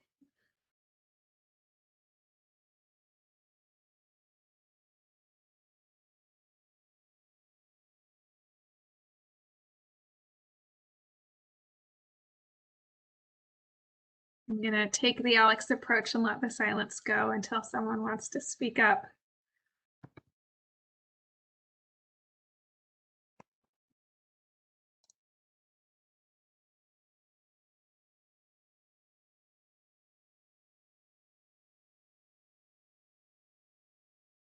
Yeah, I had a quick question. I'm still digesting this, but the last point here, should agencies get credit for all of their investments in individual households for progress of 40% or set a threshold? What does that mean exactly? That was kind of looking at, this idea. Well, let's just think of some numbers, for example. So let's just say, for example, 35% of communities are DAX. So agencies are trying to measure their progress toward the 40% goal. They can measure progress through investments in those DAX. But in this potential tiered approach, they could also measure progress if they serve low to moderate income households. So say, for example, low to moderate income households is 30% of the state, and I'm sorry, I don't have the exact number. And many of those households live in DAX. So say, kind of the total population that you could meet this, the 40% goal is, some overlap of the 35% and 30% or something. So say it's 50%, for example. Would you want to say that, a certain portion of progress toward the 40% needs to be in geographic areas, and you can only get, so much credit for investments made in individuals? And that's kind of this California approach here. Actually, this is a little bit different because these are minimums. Actually, I think we are actually talking about something a little bit different, which is kind of maximums. Well, they set a minimum. So California sets a minimum that 25% of the investment should be geographic. Then a max for the individual and community ones. Chris had a question. Chris, you missed we had a lot of good discussion, and you can also answer a question for us. But what we were floating here is, because we know that the geographic definition misses a solid set of low-income households, particularly in rural areas. How do we deal with that? One of the ways to doing that, not just an individual kind of criteria, but you can also set additional kind of community criteria if you still want the funding to be focused on a community set level. So that would be, say, low-income communities or communities with a high percentage of low-income customers or residents in that area, but that have not been designated DAX. And so we will Got it. say, Thanks, based on the analysis, this isn't a huge number. So we'd be adding some additional communities with a potential low to moderate income community adder. It would really be this green area, the households, that would, be adding a lot more. Do you want to go back to slide 22 just so that we can get Chris sure. up, and then also get him? So we went through and it kind of had people kind of take a best guess of where they're sitting right now between this dichotomy of the idea of kind of having a larger, more expansive set of criteria so that we're not leaving any DAC behind, or making sure that we have all the communities, but that might include ones that are less vulnerable. or on the other side, restrict that more, make it so that we might possibly miss some communities, but we are definitely honing in on making sure the funding gets to those critical ones. And so we had almost, I think actually everyone who answered say 2, there was a subset that said, but it would have to have that individual definition. So that's where we are, Chris. Abby was wondering what agency folks thought of this and where they lay.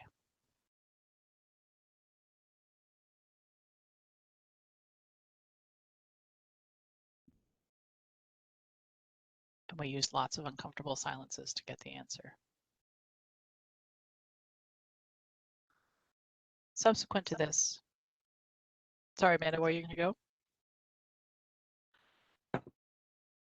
Yeah, we were just at the point of trying to say what would or could something like this actually look like in practice.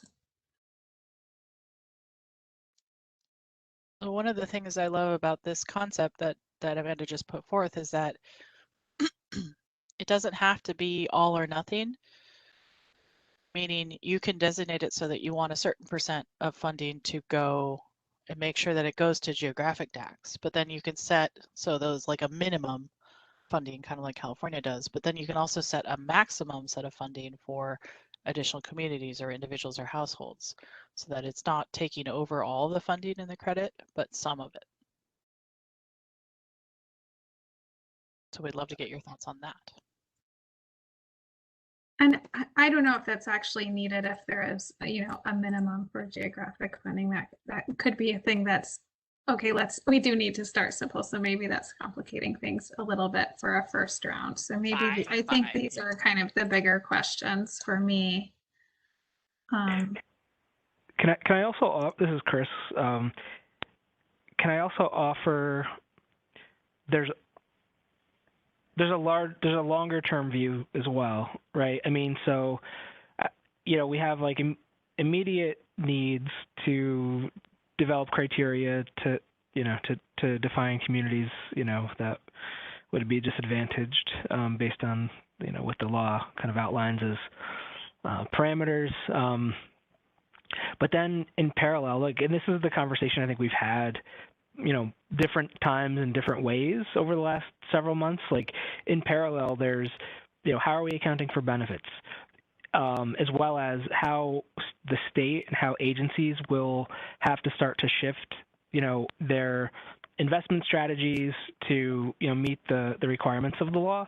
And, you know, there's going, and, you know, again, this is my view. I'm not, you know, speaking for the state writ large at all, but we're going to have to, you know, monitor and kind of review progress along the way. And I think that's part of the reason why, you know, there is, you know, kind of a charge for the group to kind of, you know, revisit the criteria on an annual basis, just to better understand, you know, how close are we, you know. And I think nobody should expect that, you know, if we were to flip a switch today, that, you know, we're gonna be able to see kind of like an immediate shift for all state portfolios and strategies. It's going to take a little bit of time, but so I guess all I'm saying is, you know, I think we should be considering this and thinking about it, but at the same time, you know, we should also feel, you know, we should also acknowledge that there will be additional opportunity for us to kind of, you know, calibrate this over time as we see kind of how all of the other variables are shaking out, like how the agencies are making investments, how those investments are falling within communities. I mean, you know, for a standard clean energy, I guess there isn't a standard program, but, you know, for like a typical program, like a weatherization type of a program that would go into communities across the state, regardless of, you know, disadvantaged community status. There are different strategies for ensuring or improving uptake, you know, of that program in disadvantaged communities. There are, you know, different, I guess, ways that we'll have to ensure that those investments and those benefits are happening within communities. And, you know, it might it might take more than one, kind of round of tweaking to those programs or initiatives to get the ultimate impact that we all want. So, I guess all I'm saying is we should also think about, like, we have to start with something, and we'll be able to calibrate that over time. And I know that I don't want to diminish the concern that folks have about leaving people, off the table or, out of the mix right now. But just to make sure we don't lose sight of the fact that there are other variables here that we have to figure out, like, how they will impact the ultimate result that we want. It's a good point, Chris. And I'll stop rambling here. No, it's good. It's a good ramble. In that we also chatted through this, and I think when we made people kind of give us an answer, one of the things that emerged was the fact that this really has to be iterative. So as part of the recommendation that gets put forth for public comment, that I think can be part of it, right? The requirement that this has to be iterative, that it has to go across the years and be updated. I would also add that I think one of the things that we can do for the voting is you can vote on 2 different scenarios or 3, put a recommendation on which one you prefer, but put all of those out for open comment, for public comment. This doesn't have to be we have to find this monolithic perfect solution right now. Because again, once we come back from public comment, we're going to have to respond to all those comments and think through and make some decisions after that. So this is, coming up to this vote of what we're going to recommend for public comment is not mean that it has to just be one solution.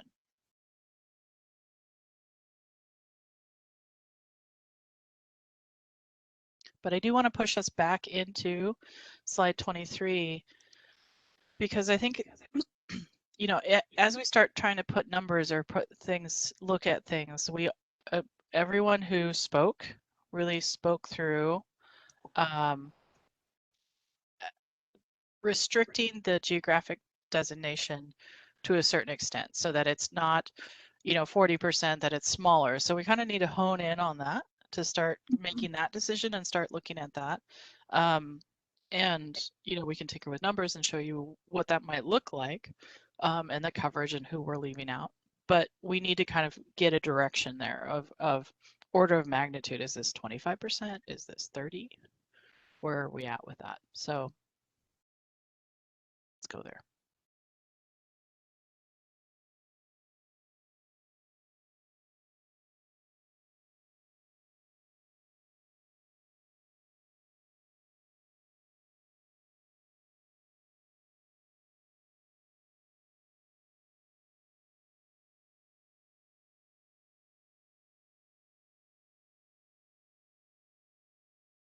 There was a question in that ramble, and that is there an order of magnitude that you guys feel comfortable with, or do you want to see more data, which I can understand?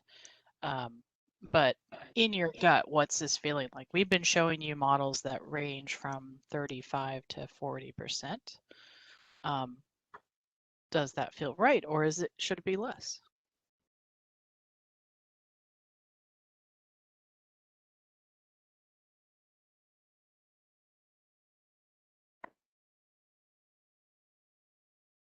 We have maps we can share today too, if you want to continue thinking about this. The scenario we have ready to share today has about 39% of communities designated, just to give you a sense of who would be in or out with something at that threshold.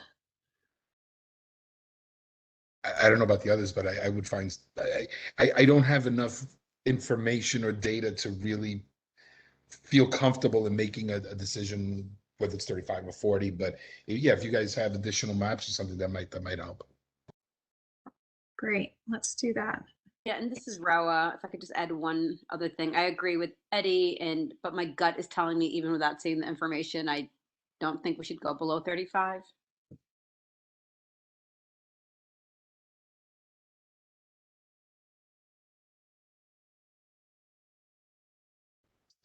Helpful. It would be, yeah, it would at least appear consistent with at least the spirit, or at least of the law itself. Yeah, that's a good point, Raul. Okay. I'm happy to share my screen and we can go through maps if if that helps and you guys can see what that would look like if we started adjusting this up or down. Amanda, what do you think? Yes, let's look at maps. We're gonna do it. Why or share content? No, share screen. I need the ball.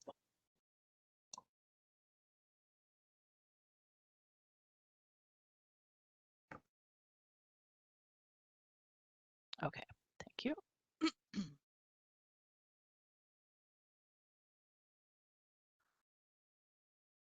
Okay, so everyone bear with me while I get this set up.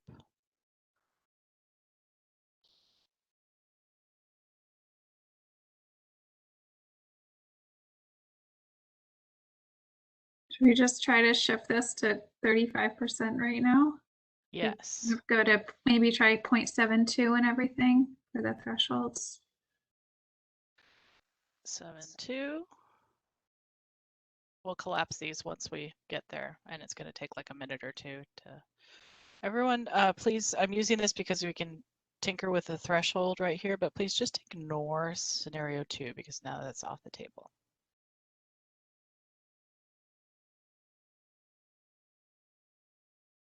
I think it's going to work.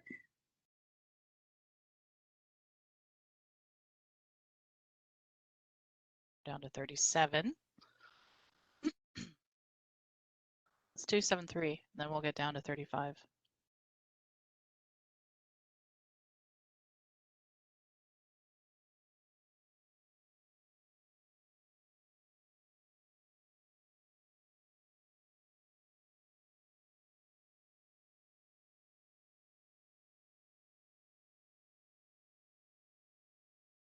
Don't worry about it, Eddie. We're gonna what I'm doing right now, you probably should, you're just seeing a bunch of tables and me tinkering with some numbers. Does that, can everyone see me okay? See the screen okay?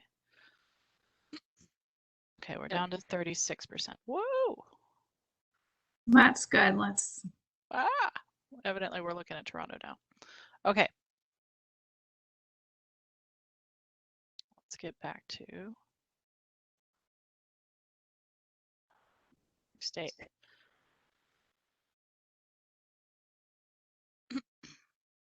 Okay. So on the whole, what this now is saying is 36% of census tracts are designated DACs, and here's the regional breakdown of them. We're still capturing, if you compare right here across, you know, on average, 61% of the tracts have 80% AMI or less than 80%. So these comparisons still look all right and good. The vulnerability score is still the main driver here. The average here for a DAC is 61 versus the average vulnerability score for a non-DAC is 38. The burden score, those are the environmental indicators, is smaller. It's still there, it's still bigger, but it's smaller.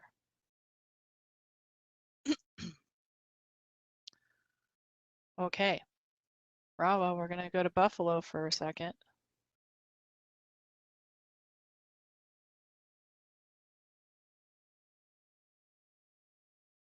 Last time, there was some of this area that was something you felt like were not DACs.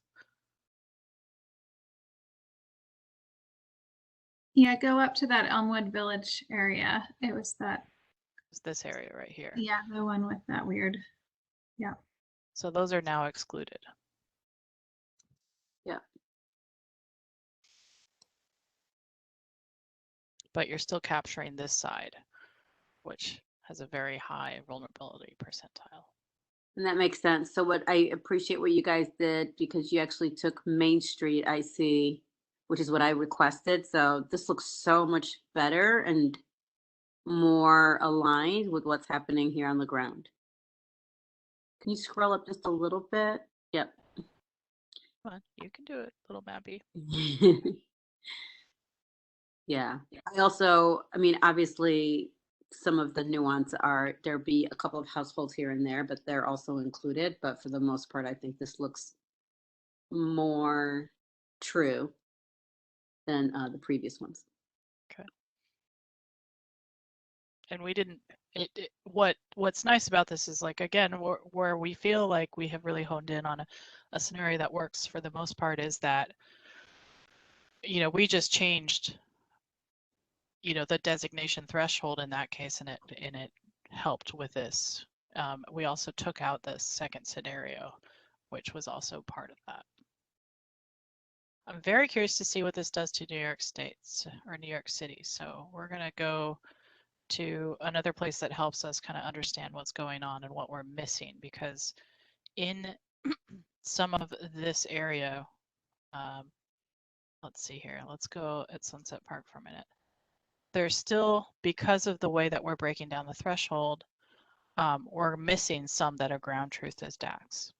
And that's going to happen if we take this more restricted approach. Those actually, in any scenario one, don't really show up. Those only tend to come up when we take out the environmental burdens and climate change risks, and that's only sociodemographics and health. So those are going to be hard to pick up, even with an expanded threshold. So these 4 are really hard to pick up, but we do pick up all the others. But these right here really have very low environmental burden scores. And that's what keeps them from falling in. Eddie, where to next? Since you just looked at my name, but I defer to Sonal. Sure. I mean, we can check Harlem.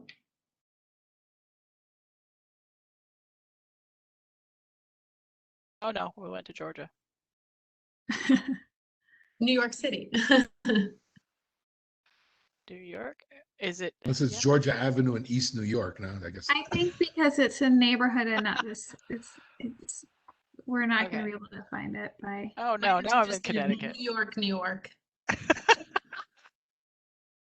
Oh my goodness, guys. This is funny. Okay, we're going to do this a different way. Here I was thinking I was clever.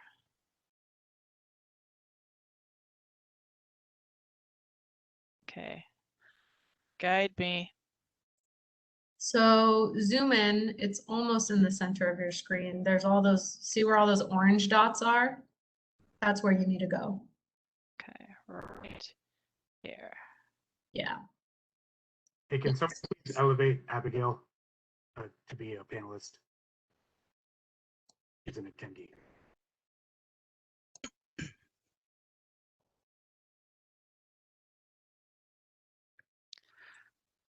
So it looks kind of like we're capturing everything that was ground truthed.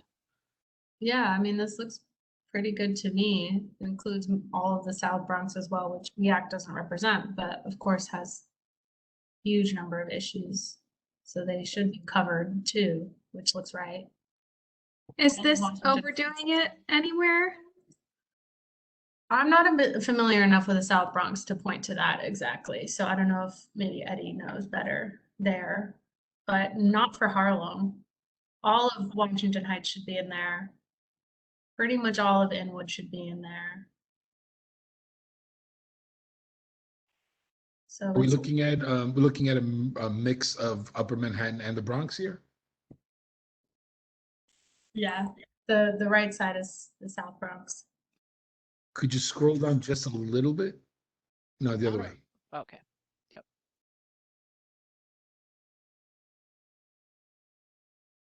A little more? Yeah, that looks right. I'm curious about what that one patch of non-DAC in the middle of the South Bronx is. What is that? It's mostly a park if you zoom in. There you go. Okay. Yeah, otherwise it's fine. Yeah. This is good that we're not taking St. Mary's Park and designated an attack. I love it when it works. I think this looks good. I mean, I think that the only thing is in Harlem, there's Morningside Heights, which is not currently designated as a DAC. And I think that's because that's where Columbia is. And a huge concentration of like student housing and probably professors housing and the Columbia buildings. I think that's where the individual household, yeah, you have it right on that left side. That's where it starts. Yeah, so there definitely are streets in there that it would be good if they were covered, but it's mostly just that's Columbia. And so I get why that's not in there. I guess that's where the importance of the individual household might come in, where maybe we're somehow not skipping the folks that are there just because Columbia gentrified around them. Yeah. And you can really see this one tract in between is still designated, has pretty high burden and vulnerability percentile. Yeah, that area definitely has it. I'm surprised that the right side isn't. You know, this is kind of a funny one, right? So if you look at the average Can you zoom burden in? yeah. Let me zoom in.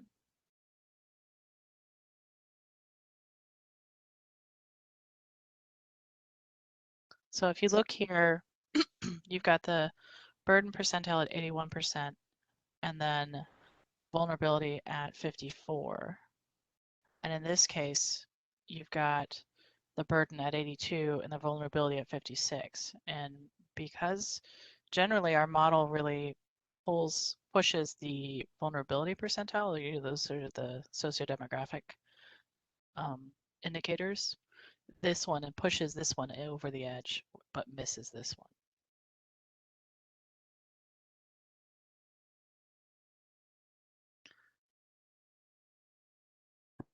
And there's going to be lots of cases like this that are right on the edge. Neil, did you want to say something around the buffering? I caught a tiny bit of it, but I think it's a really good point if I think I know where you're going with it. Yeah. I mean, I think it's an issue we always think about, right? Because obviously these borders of a census tract are really just drawn to follow streets, but that's not the way things work, right? There's not a definitive cutoff there. So, you know, envisioning tracts that are adjacent to DACs might be a useful way to, you know, it's kind of like a buffer area, you know, also pick up some of these tracts that didn't get included, but maybe should have. So in essence, you know, in the criteria, you could make it so that if they're, you know, within 100 feet of something, I mean, I think it would have to vary by rural versus urban if you wanted to kind of create a buffer type thinking. Let's write that down, Amanda, as an option of something that we can tinker with.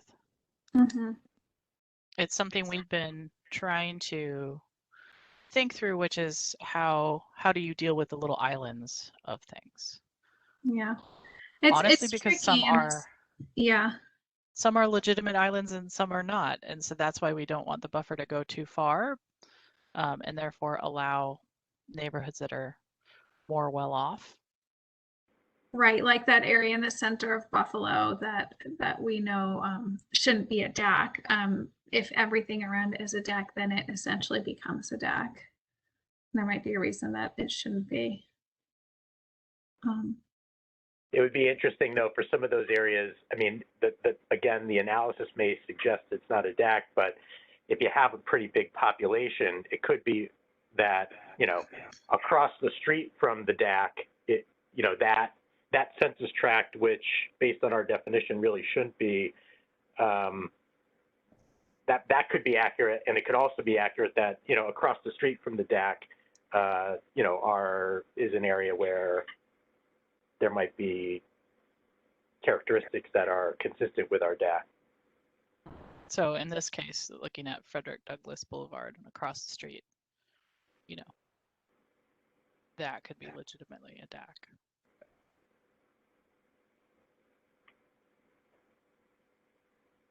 That's a good point. But yeah, it's really hard. There's no perfect fit. Yeah, No, there isn't. there's no perfect fit, and balancing how to operationalize this and geocoding all the project addresses is hard, and then if there's like buffering that happens with every project.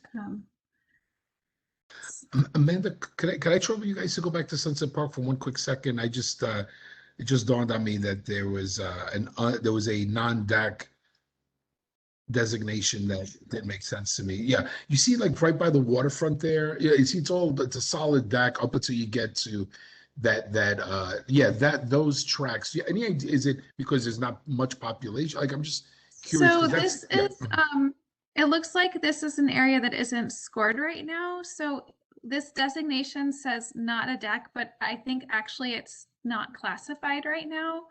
So this is a great question. I think this is actually a blank right now, and I'm seeing that because none of this population information like income is filled out, which probably means it's low population. Right. So I think the idea there is there's 138 tracks that have too low of population to really use any of the census data because there's so much error in it. So what we were planning on doing is once we kind of know our threshold overall, we're going to go back and rescore those on the basis of burdens alone. And so this one, given its high burden percentile, if things were scored on the basis of burdens alone, so we basically take those 138 tracks, and if your threshold overall is 35%, we say, okay, of those 138 tracks, let's rank them and order them all by their burden percentile and take the top 35%. So this would probably get classified on that basis. And a quick question, because it's really hard to see on the screen. Do you have is there any way to pull up any income numbers for that area? Because that's one of those areas that the residents have to be low income. I'm just, but I don't know if you're able to access that information. I think it's zeroed out because there's so few people that the census data is really unstable. It could be that there's fewer than 500 people or 300 households. I think that was our cutoff in terms of the census data that we used, which meant that we just kind of zeroed it out because at that point your margins of error are just so large. Yeah, so we can't really look, at least with any certainty, and know that the census data, not your lived experience of it, but the census data is right at that point. So we excluded it. But again, I think, clearly this is one where, given that it's a 95th percentile on the burden score, is going to, I feel pretty confident it's going to be designated a DAC. And those we still have to add into this, and in addition to all the, correct me if I'm wrong, we don't have the Indian territories in here either, right? We do. There's, I think, about 18 of those. It's just these low population areas that are blanks. Okay, cool.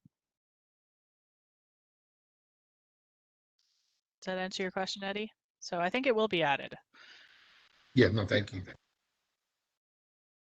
I would love to look at Long Island as well as some rural areas. Long Island, its share of DACs went down to 9% when we made this threshold switch, and I'm curious if what it's capturing is reasonable. I'm not sure Amy's here, so if anyone who feels like they can ground truth Long Island on the fly here.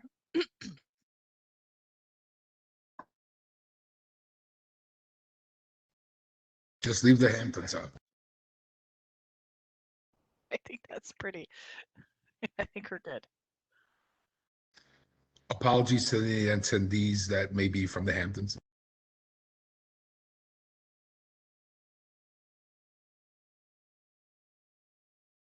There are a couple of places that have a pretty high vulnerability score in these areas. So kind of around Greenport Village is designated a DAC in this scenario.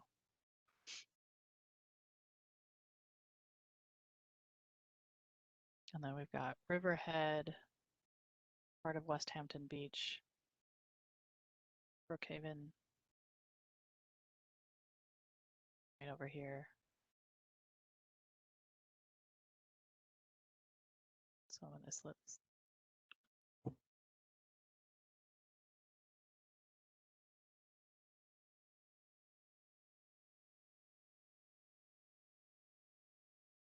I think we'll have to revisit this one, Amanda, and ground truth this with some of the Long Islanders we know. Okay. And then we've been looking at Messina a little bit, as well as the southern tier. So maybe we could go into that area. Is it up here? Yeah. I don't know if anyone on the call can speak to this area. So this is one we miss now. Lone Village.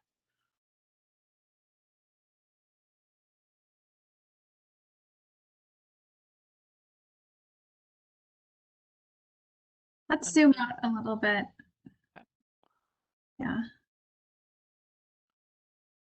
One of the things we see here is that the environmental percentile is pretty low. So the burden percentiles are lower in these areas, and that's part of the reason why they're not popping off.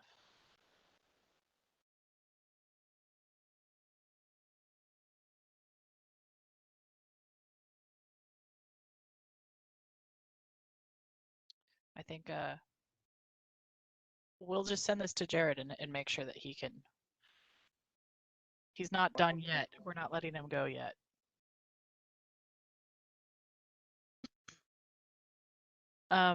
Is there anyone else? Abby, you want to see Rochester? Are you on? Here, and always curious to see Rochester if we have time for it. Yep. So with this, we miss one and capture one that shouldn't be a DAC, but is designated in this scenario. Miss one that you ground truth as should be a DAC. Which looks like it has fairly low burden percentile.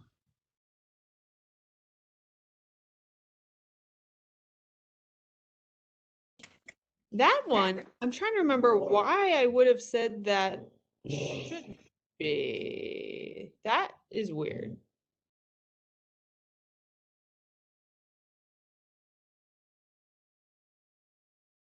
It's got a very high burden score, so it must be around some pretty big environmental.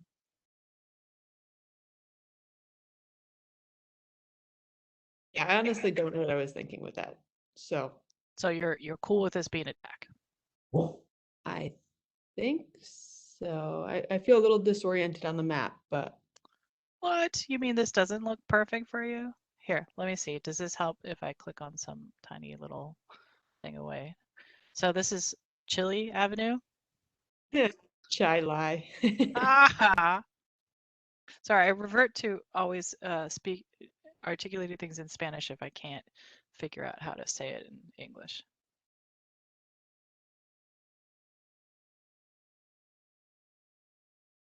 Chai Lai Avenue. Okay. Does that help orient you a little bit? I can zoom in more. It strikes me that that should be a DAC. I just general orientation. I'm still a little. Yeah. No Anyway. worries. I'm going to zoom out a little bit, and then I want to cover the one that we didn't get. Didn't manage to capture. Sorry for making everyone dizzy. I know it's disorienting. Okay, I'm going to zoom in a little bit. Atlantic Avenue, there's a University of Rochester Memorial Art Gallery campus here.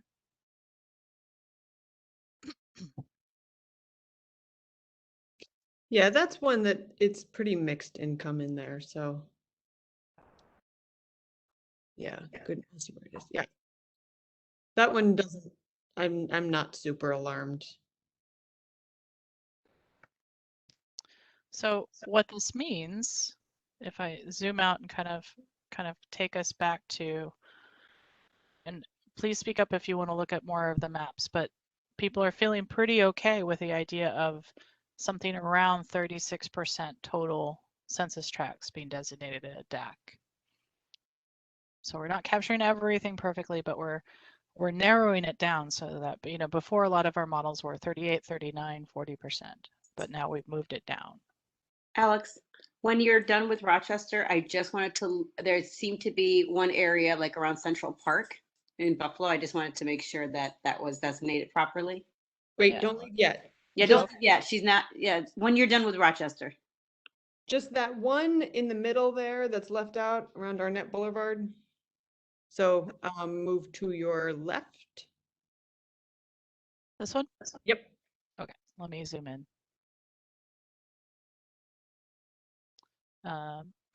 Let's see, very low burden percentile, high vulnerability percentile. Comparison, the other burden percentiles around it are higher.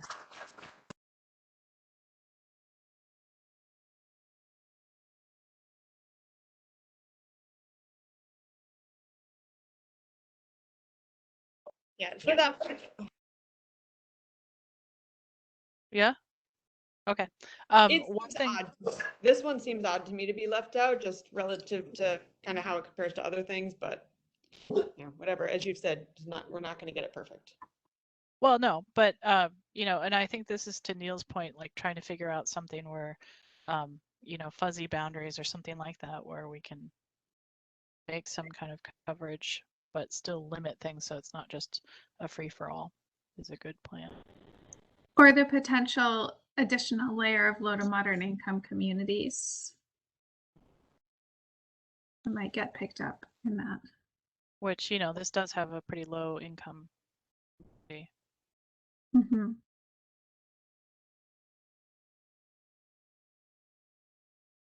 Okay.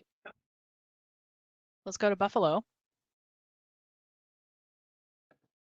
You know what? I'm just going to do this map because clearly it will take us to some weird place if not. So where, Rawa, would you like to go?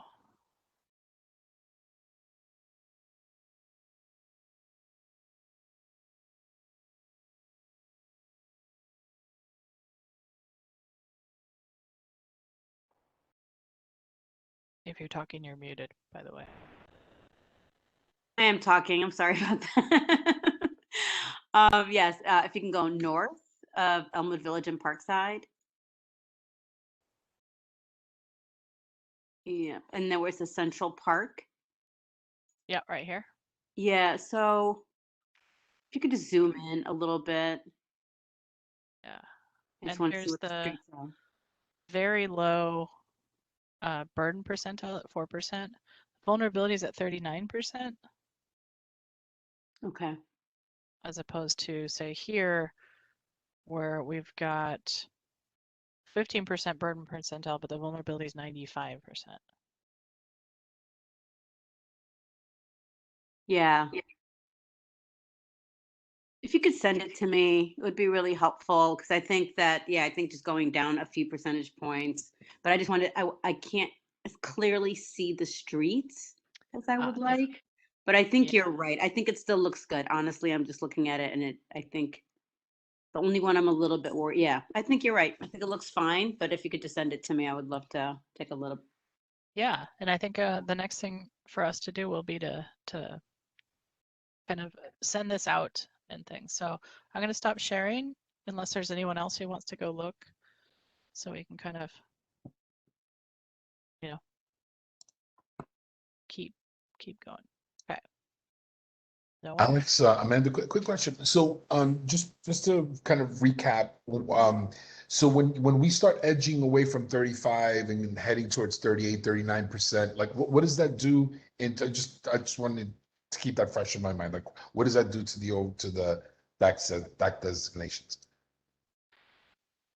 Yeah, so if we kind of edged closer to 36 as opposed to the others, and so in this sense, if we had kept it up higher, closer to the 40, then we'd capture some of the communities around the census tracts around the edges, but nothing, I think nothing major based on kind of our quick little assessment for everything, or from where we just talked, right? So it could capture maybe a couple more places, say actually, no, the Sunset Park ones wouldn't be captured. Say maybe one of those islands in Rochester, like one of those little areas. That Mhm. might be where it would capture a few more there. But at the expense of something else, right? Well, not necessarily at the expense of something else. It's just more of like adding, right? So if we give the designation threshold to be larger, we're just the expense comes at the focusing of the dollars in that sense, right? So Right. we're adding more census tracts to the expense of being able to focus the funding. I think just back calculating how many tracks would be affected, it would be about 150 tracks of almost 5,000 tracks in a state would switch designation.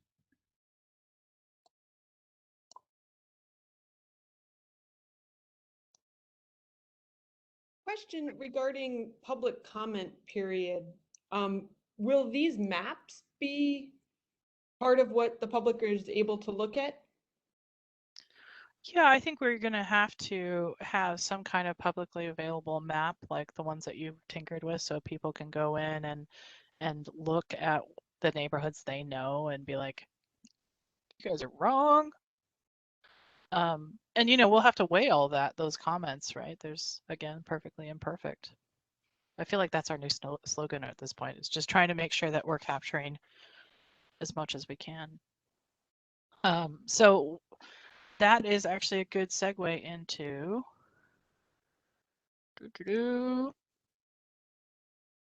temperature check. So really, I don't think I need a slide for this. We could just talk what information we've talked throughout today. By the way, thank you for sticking with us for 3 hours. I know this is hard, but this has been extremely helpful because we've talked about a lot, both about individual criteria and the information you need to make those decisions. This threshold, we've actually made a lot of progress on that and some decisions there. So now the big question for me is what information you need to make those final decisions to get to a place where we can vote. So I think we're close, but there's some really big things. So what information would you like? What can we help supply or get the agencies to get to you if possible? Leave it to you guys. Hey, I'd say I still land on, just getting it'd be great to get some practical application examples from DEC and NYSERDA.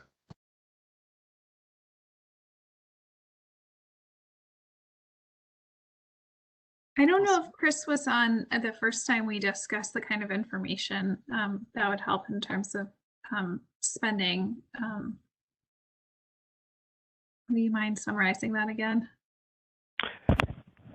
Hey, man, I think I got that. Okay. So we really, it's a matter of providing more insight into those initiatives or program types that would be, impactful at the local level, so either households or communities, and those investments that are more broad in terms of impact, right?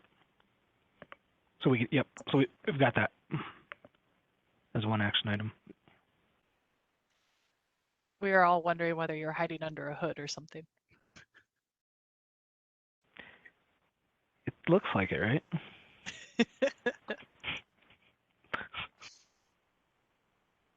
Okay, so we've got examples of how things could be spent. Eddie, is that correct? Kind of the current thing. And then I think maybe we got from Chris last time a good breakdown of how things would look as far as claiming and getting credit for the kind of the benefits of this. So I think that's been helpful. Anything else? So back to what Sonal brought up a while, I don't know, an hour ago or so, about like cost overall. Like, what would it take? I don't know, is there someone must have calculated like average per household, what it takes to transition to clean energy and like what that means in terms of overall investment and, best benefits. Boy, if that number existed that we could kind of just weigh all these different considerations based on that, that'd be great. Well, I mean, there's some calculations that the Climate Action Council just put out, right? But that was for the entirety of the state. I think that what we were talking about, that Abby's flagging, that Sonal hinted at, which is like, how much would it take if we wanted to like truly leave no DAC behind? So it's a subset. I don't know how much, but it'll be a smaller subset of. And what was it, Chris? Was it 10 billion? Of which, by the way, 5 billion a year, the Climate and Community Investment Act. I'm just saying, But was it 10 billion? Was that the number? I think it was.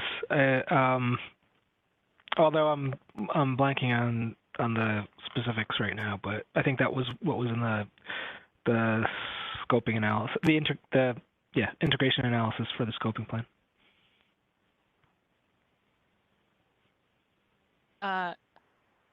Final probe on this to make the decision. So I feel like the really big next decision for us is the individual criteria in addition to, say, a geographic criteria. And so like looking at kind of the breakdown of programs, was it, Eddie? Again, kind of getting to that of the how things could adjust or not. Yeah, I think that to the degree that there could be, just it's not going to capture all of it, but like we could get a sense of how many buckets of funding lend themselves to the individual household, the eligibility that's just straight income, and it doesn't compared to the example that always comes to mind that Chris and I always kick around is infrastructure, right? Like, larger community-wide investments. But yeah, I mean, if we could get a sense of how the programs might how the programs currently and how it might shift with the application of this or not. And I hear what you were saying earlier, Chris. Like, some of this is just like a straight up accounting, a bean counter kind of exercise. But I think for us, it's more like, in actuality, are we missing folks by not adding the individual tier? Yeah. Yep. Cool. Any maps or statsy stuff that Amanda and I can give you?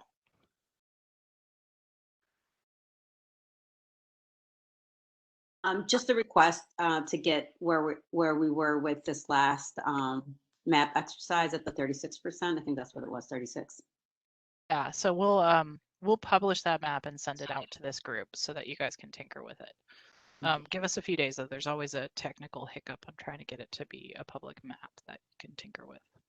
Alex, maybe we could update the deck with summary statistics from that scenario, just so the deck reflects a 35% scenario. Yeah, we can definitely do that. So we'll update in the deck that you guys will get or have access to already. There's a bunch of tables and things, but that is with the larger, more expansive percent. So we'll narrow that down and update the pictures and things.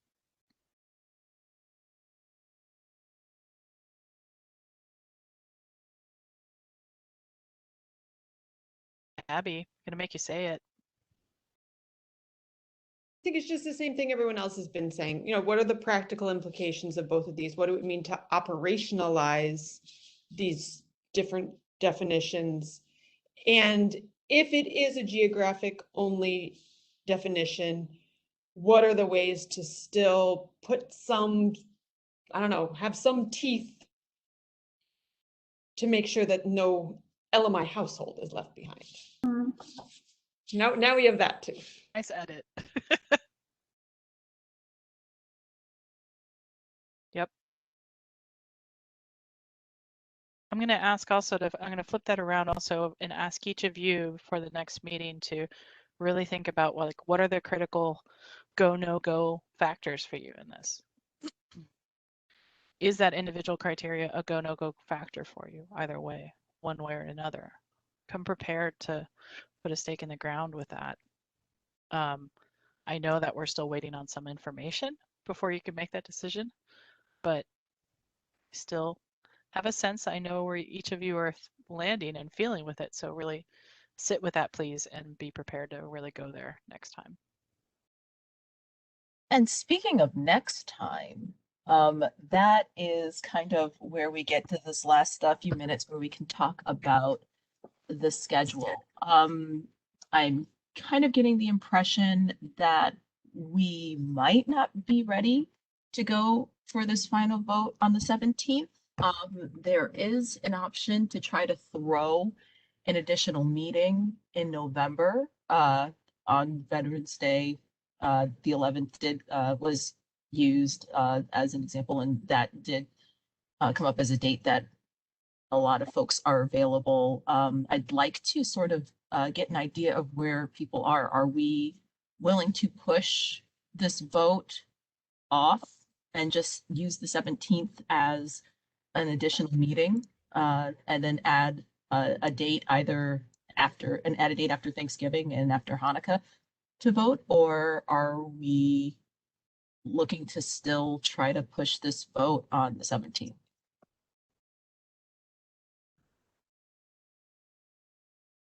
It's kind of strange. You mean there isn't a meeting tomorrow and next week and like is really the very next Oh, there can be, Eddie. No, please no. So the 17th is our very next and purported date to vote. Is that what we're okay? It is, but as I said, it doesn't have to be. If we're not there and we really just need more time to kind of drill down on this, which is what it's feeling like we do, we can push this vote. It does push out the 120 days, but it pushes it out by about a week to 2 weeks, which I don't think is a really huge deal.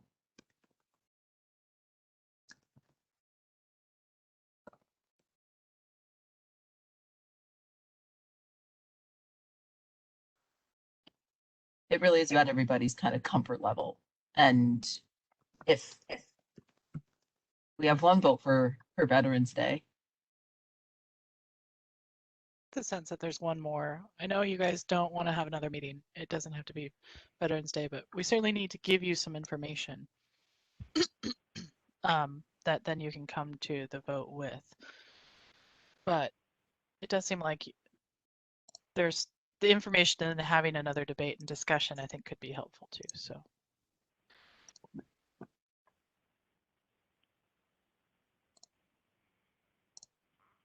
Well, while everyone's chewing on that, there is some additional information. So, Abby, you asked the question in the last meeting, and I didn't want you to think I was purposefully ignoring you.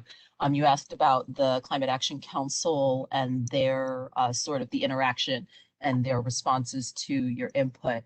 And I wasn't ignoring you on that. It was just that it was new information, and I didn't want to bring it up in a non sort of public sense. The Climate Action Council has decided to sort of hold off on not working with you, but they're holding off on their interacting with you until after the vote, because just so they realize that, providing the feedback kind of pulls focus a little bit, and having the back and forth is also going to pull a little bit of focus. So if we could hold off, they're looking to re-engage with you in the new year, sort of after the vote, and after maybe a couple of the public education session if folks want to be involved in that, and after the hearing. So there definitely is going to be an engagement with the Climate Action Council. It'll just be starting in 2022.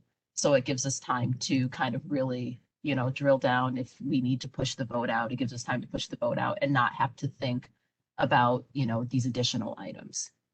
Oh, good. I didn't think you were, I was hoping you didn't think I was being cagey.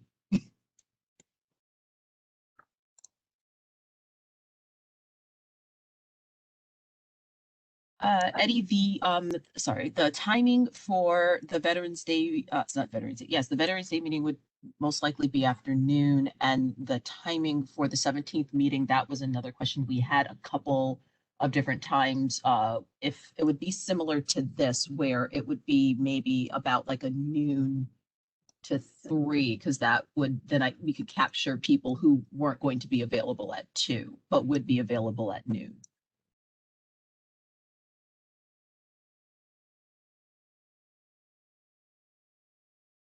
Yes, I believe the 1 to 3, Abby, the 1 to 3 on the calendar for Veterans Day should be correct. I believe that was one of the dates that was decided, but I can send that out to everyone. So does anybody have any objections to having an additional meeting on Veterans Day? Let's start with that.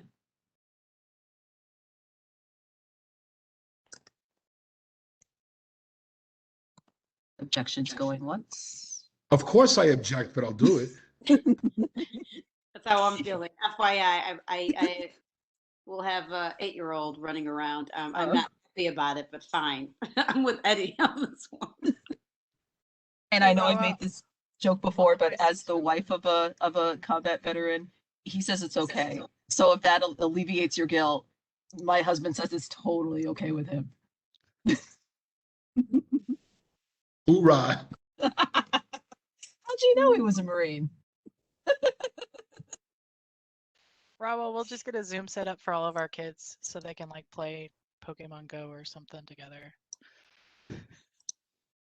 So did we want to hold off on making a determination about whether folks will be ready to vote until after having a meeting on the 11th? Or did we want to kind of say right now, we definitely want to push that vote off and I can send out another poll of other dates?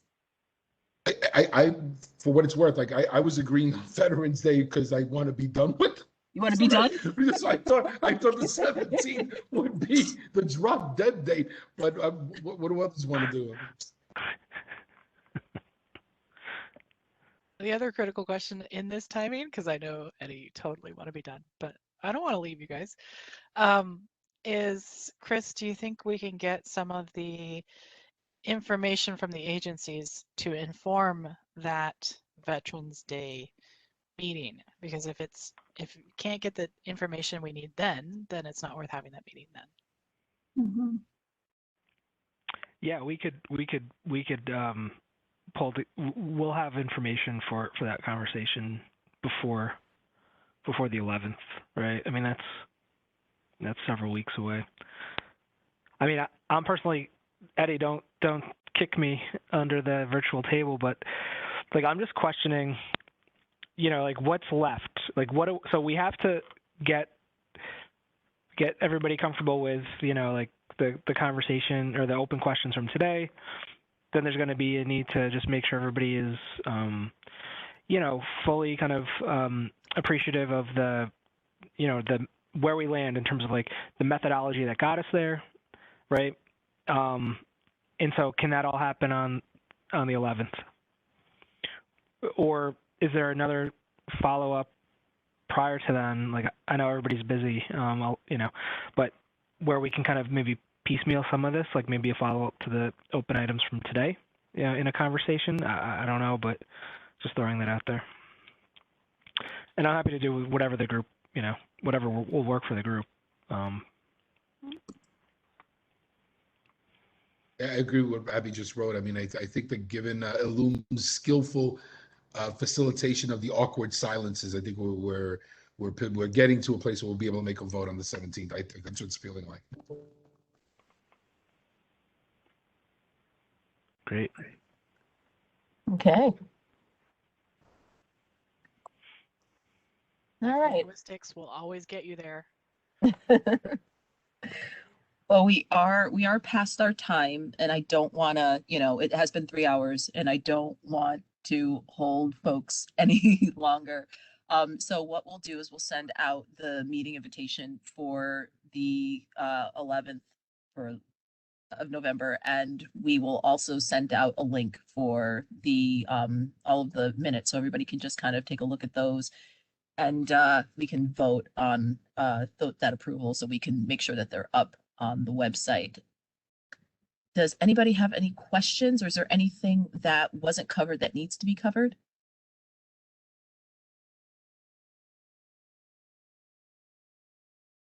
Great. And Loom will kind of update our scenarios to reflect the 35% and send out new summary statistics that reflect that. So the scenario you're looking at before the next meeting is the latest and greatest. Thank you all for hanging in there for 3 hours. We really appreciate it. Yes, thanks everyone, and we will be in touch soon. Bye. All right, bye folks. Bye. Thanks everyone. Thank you.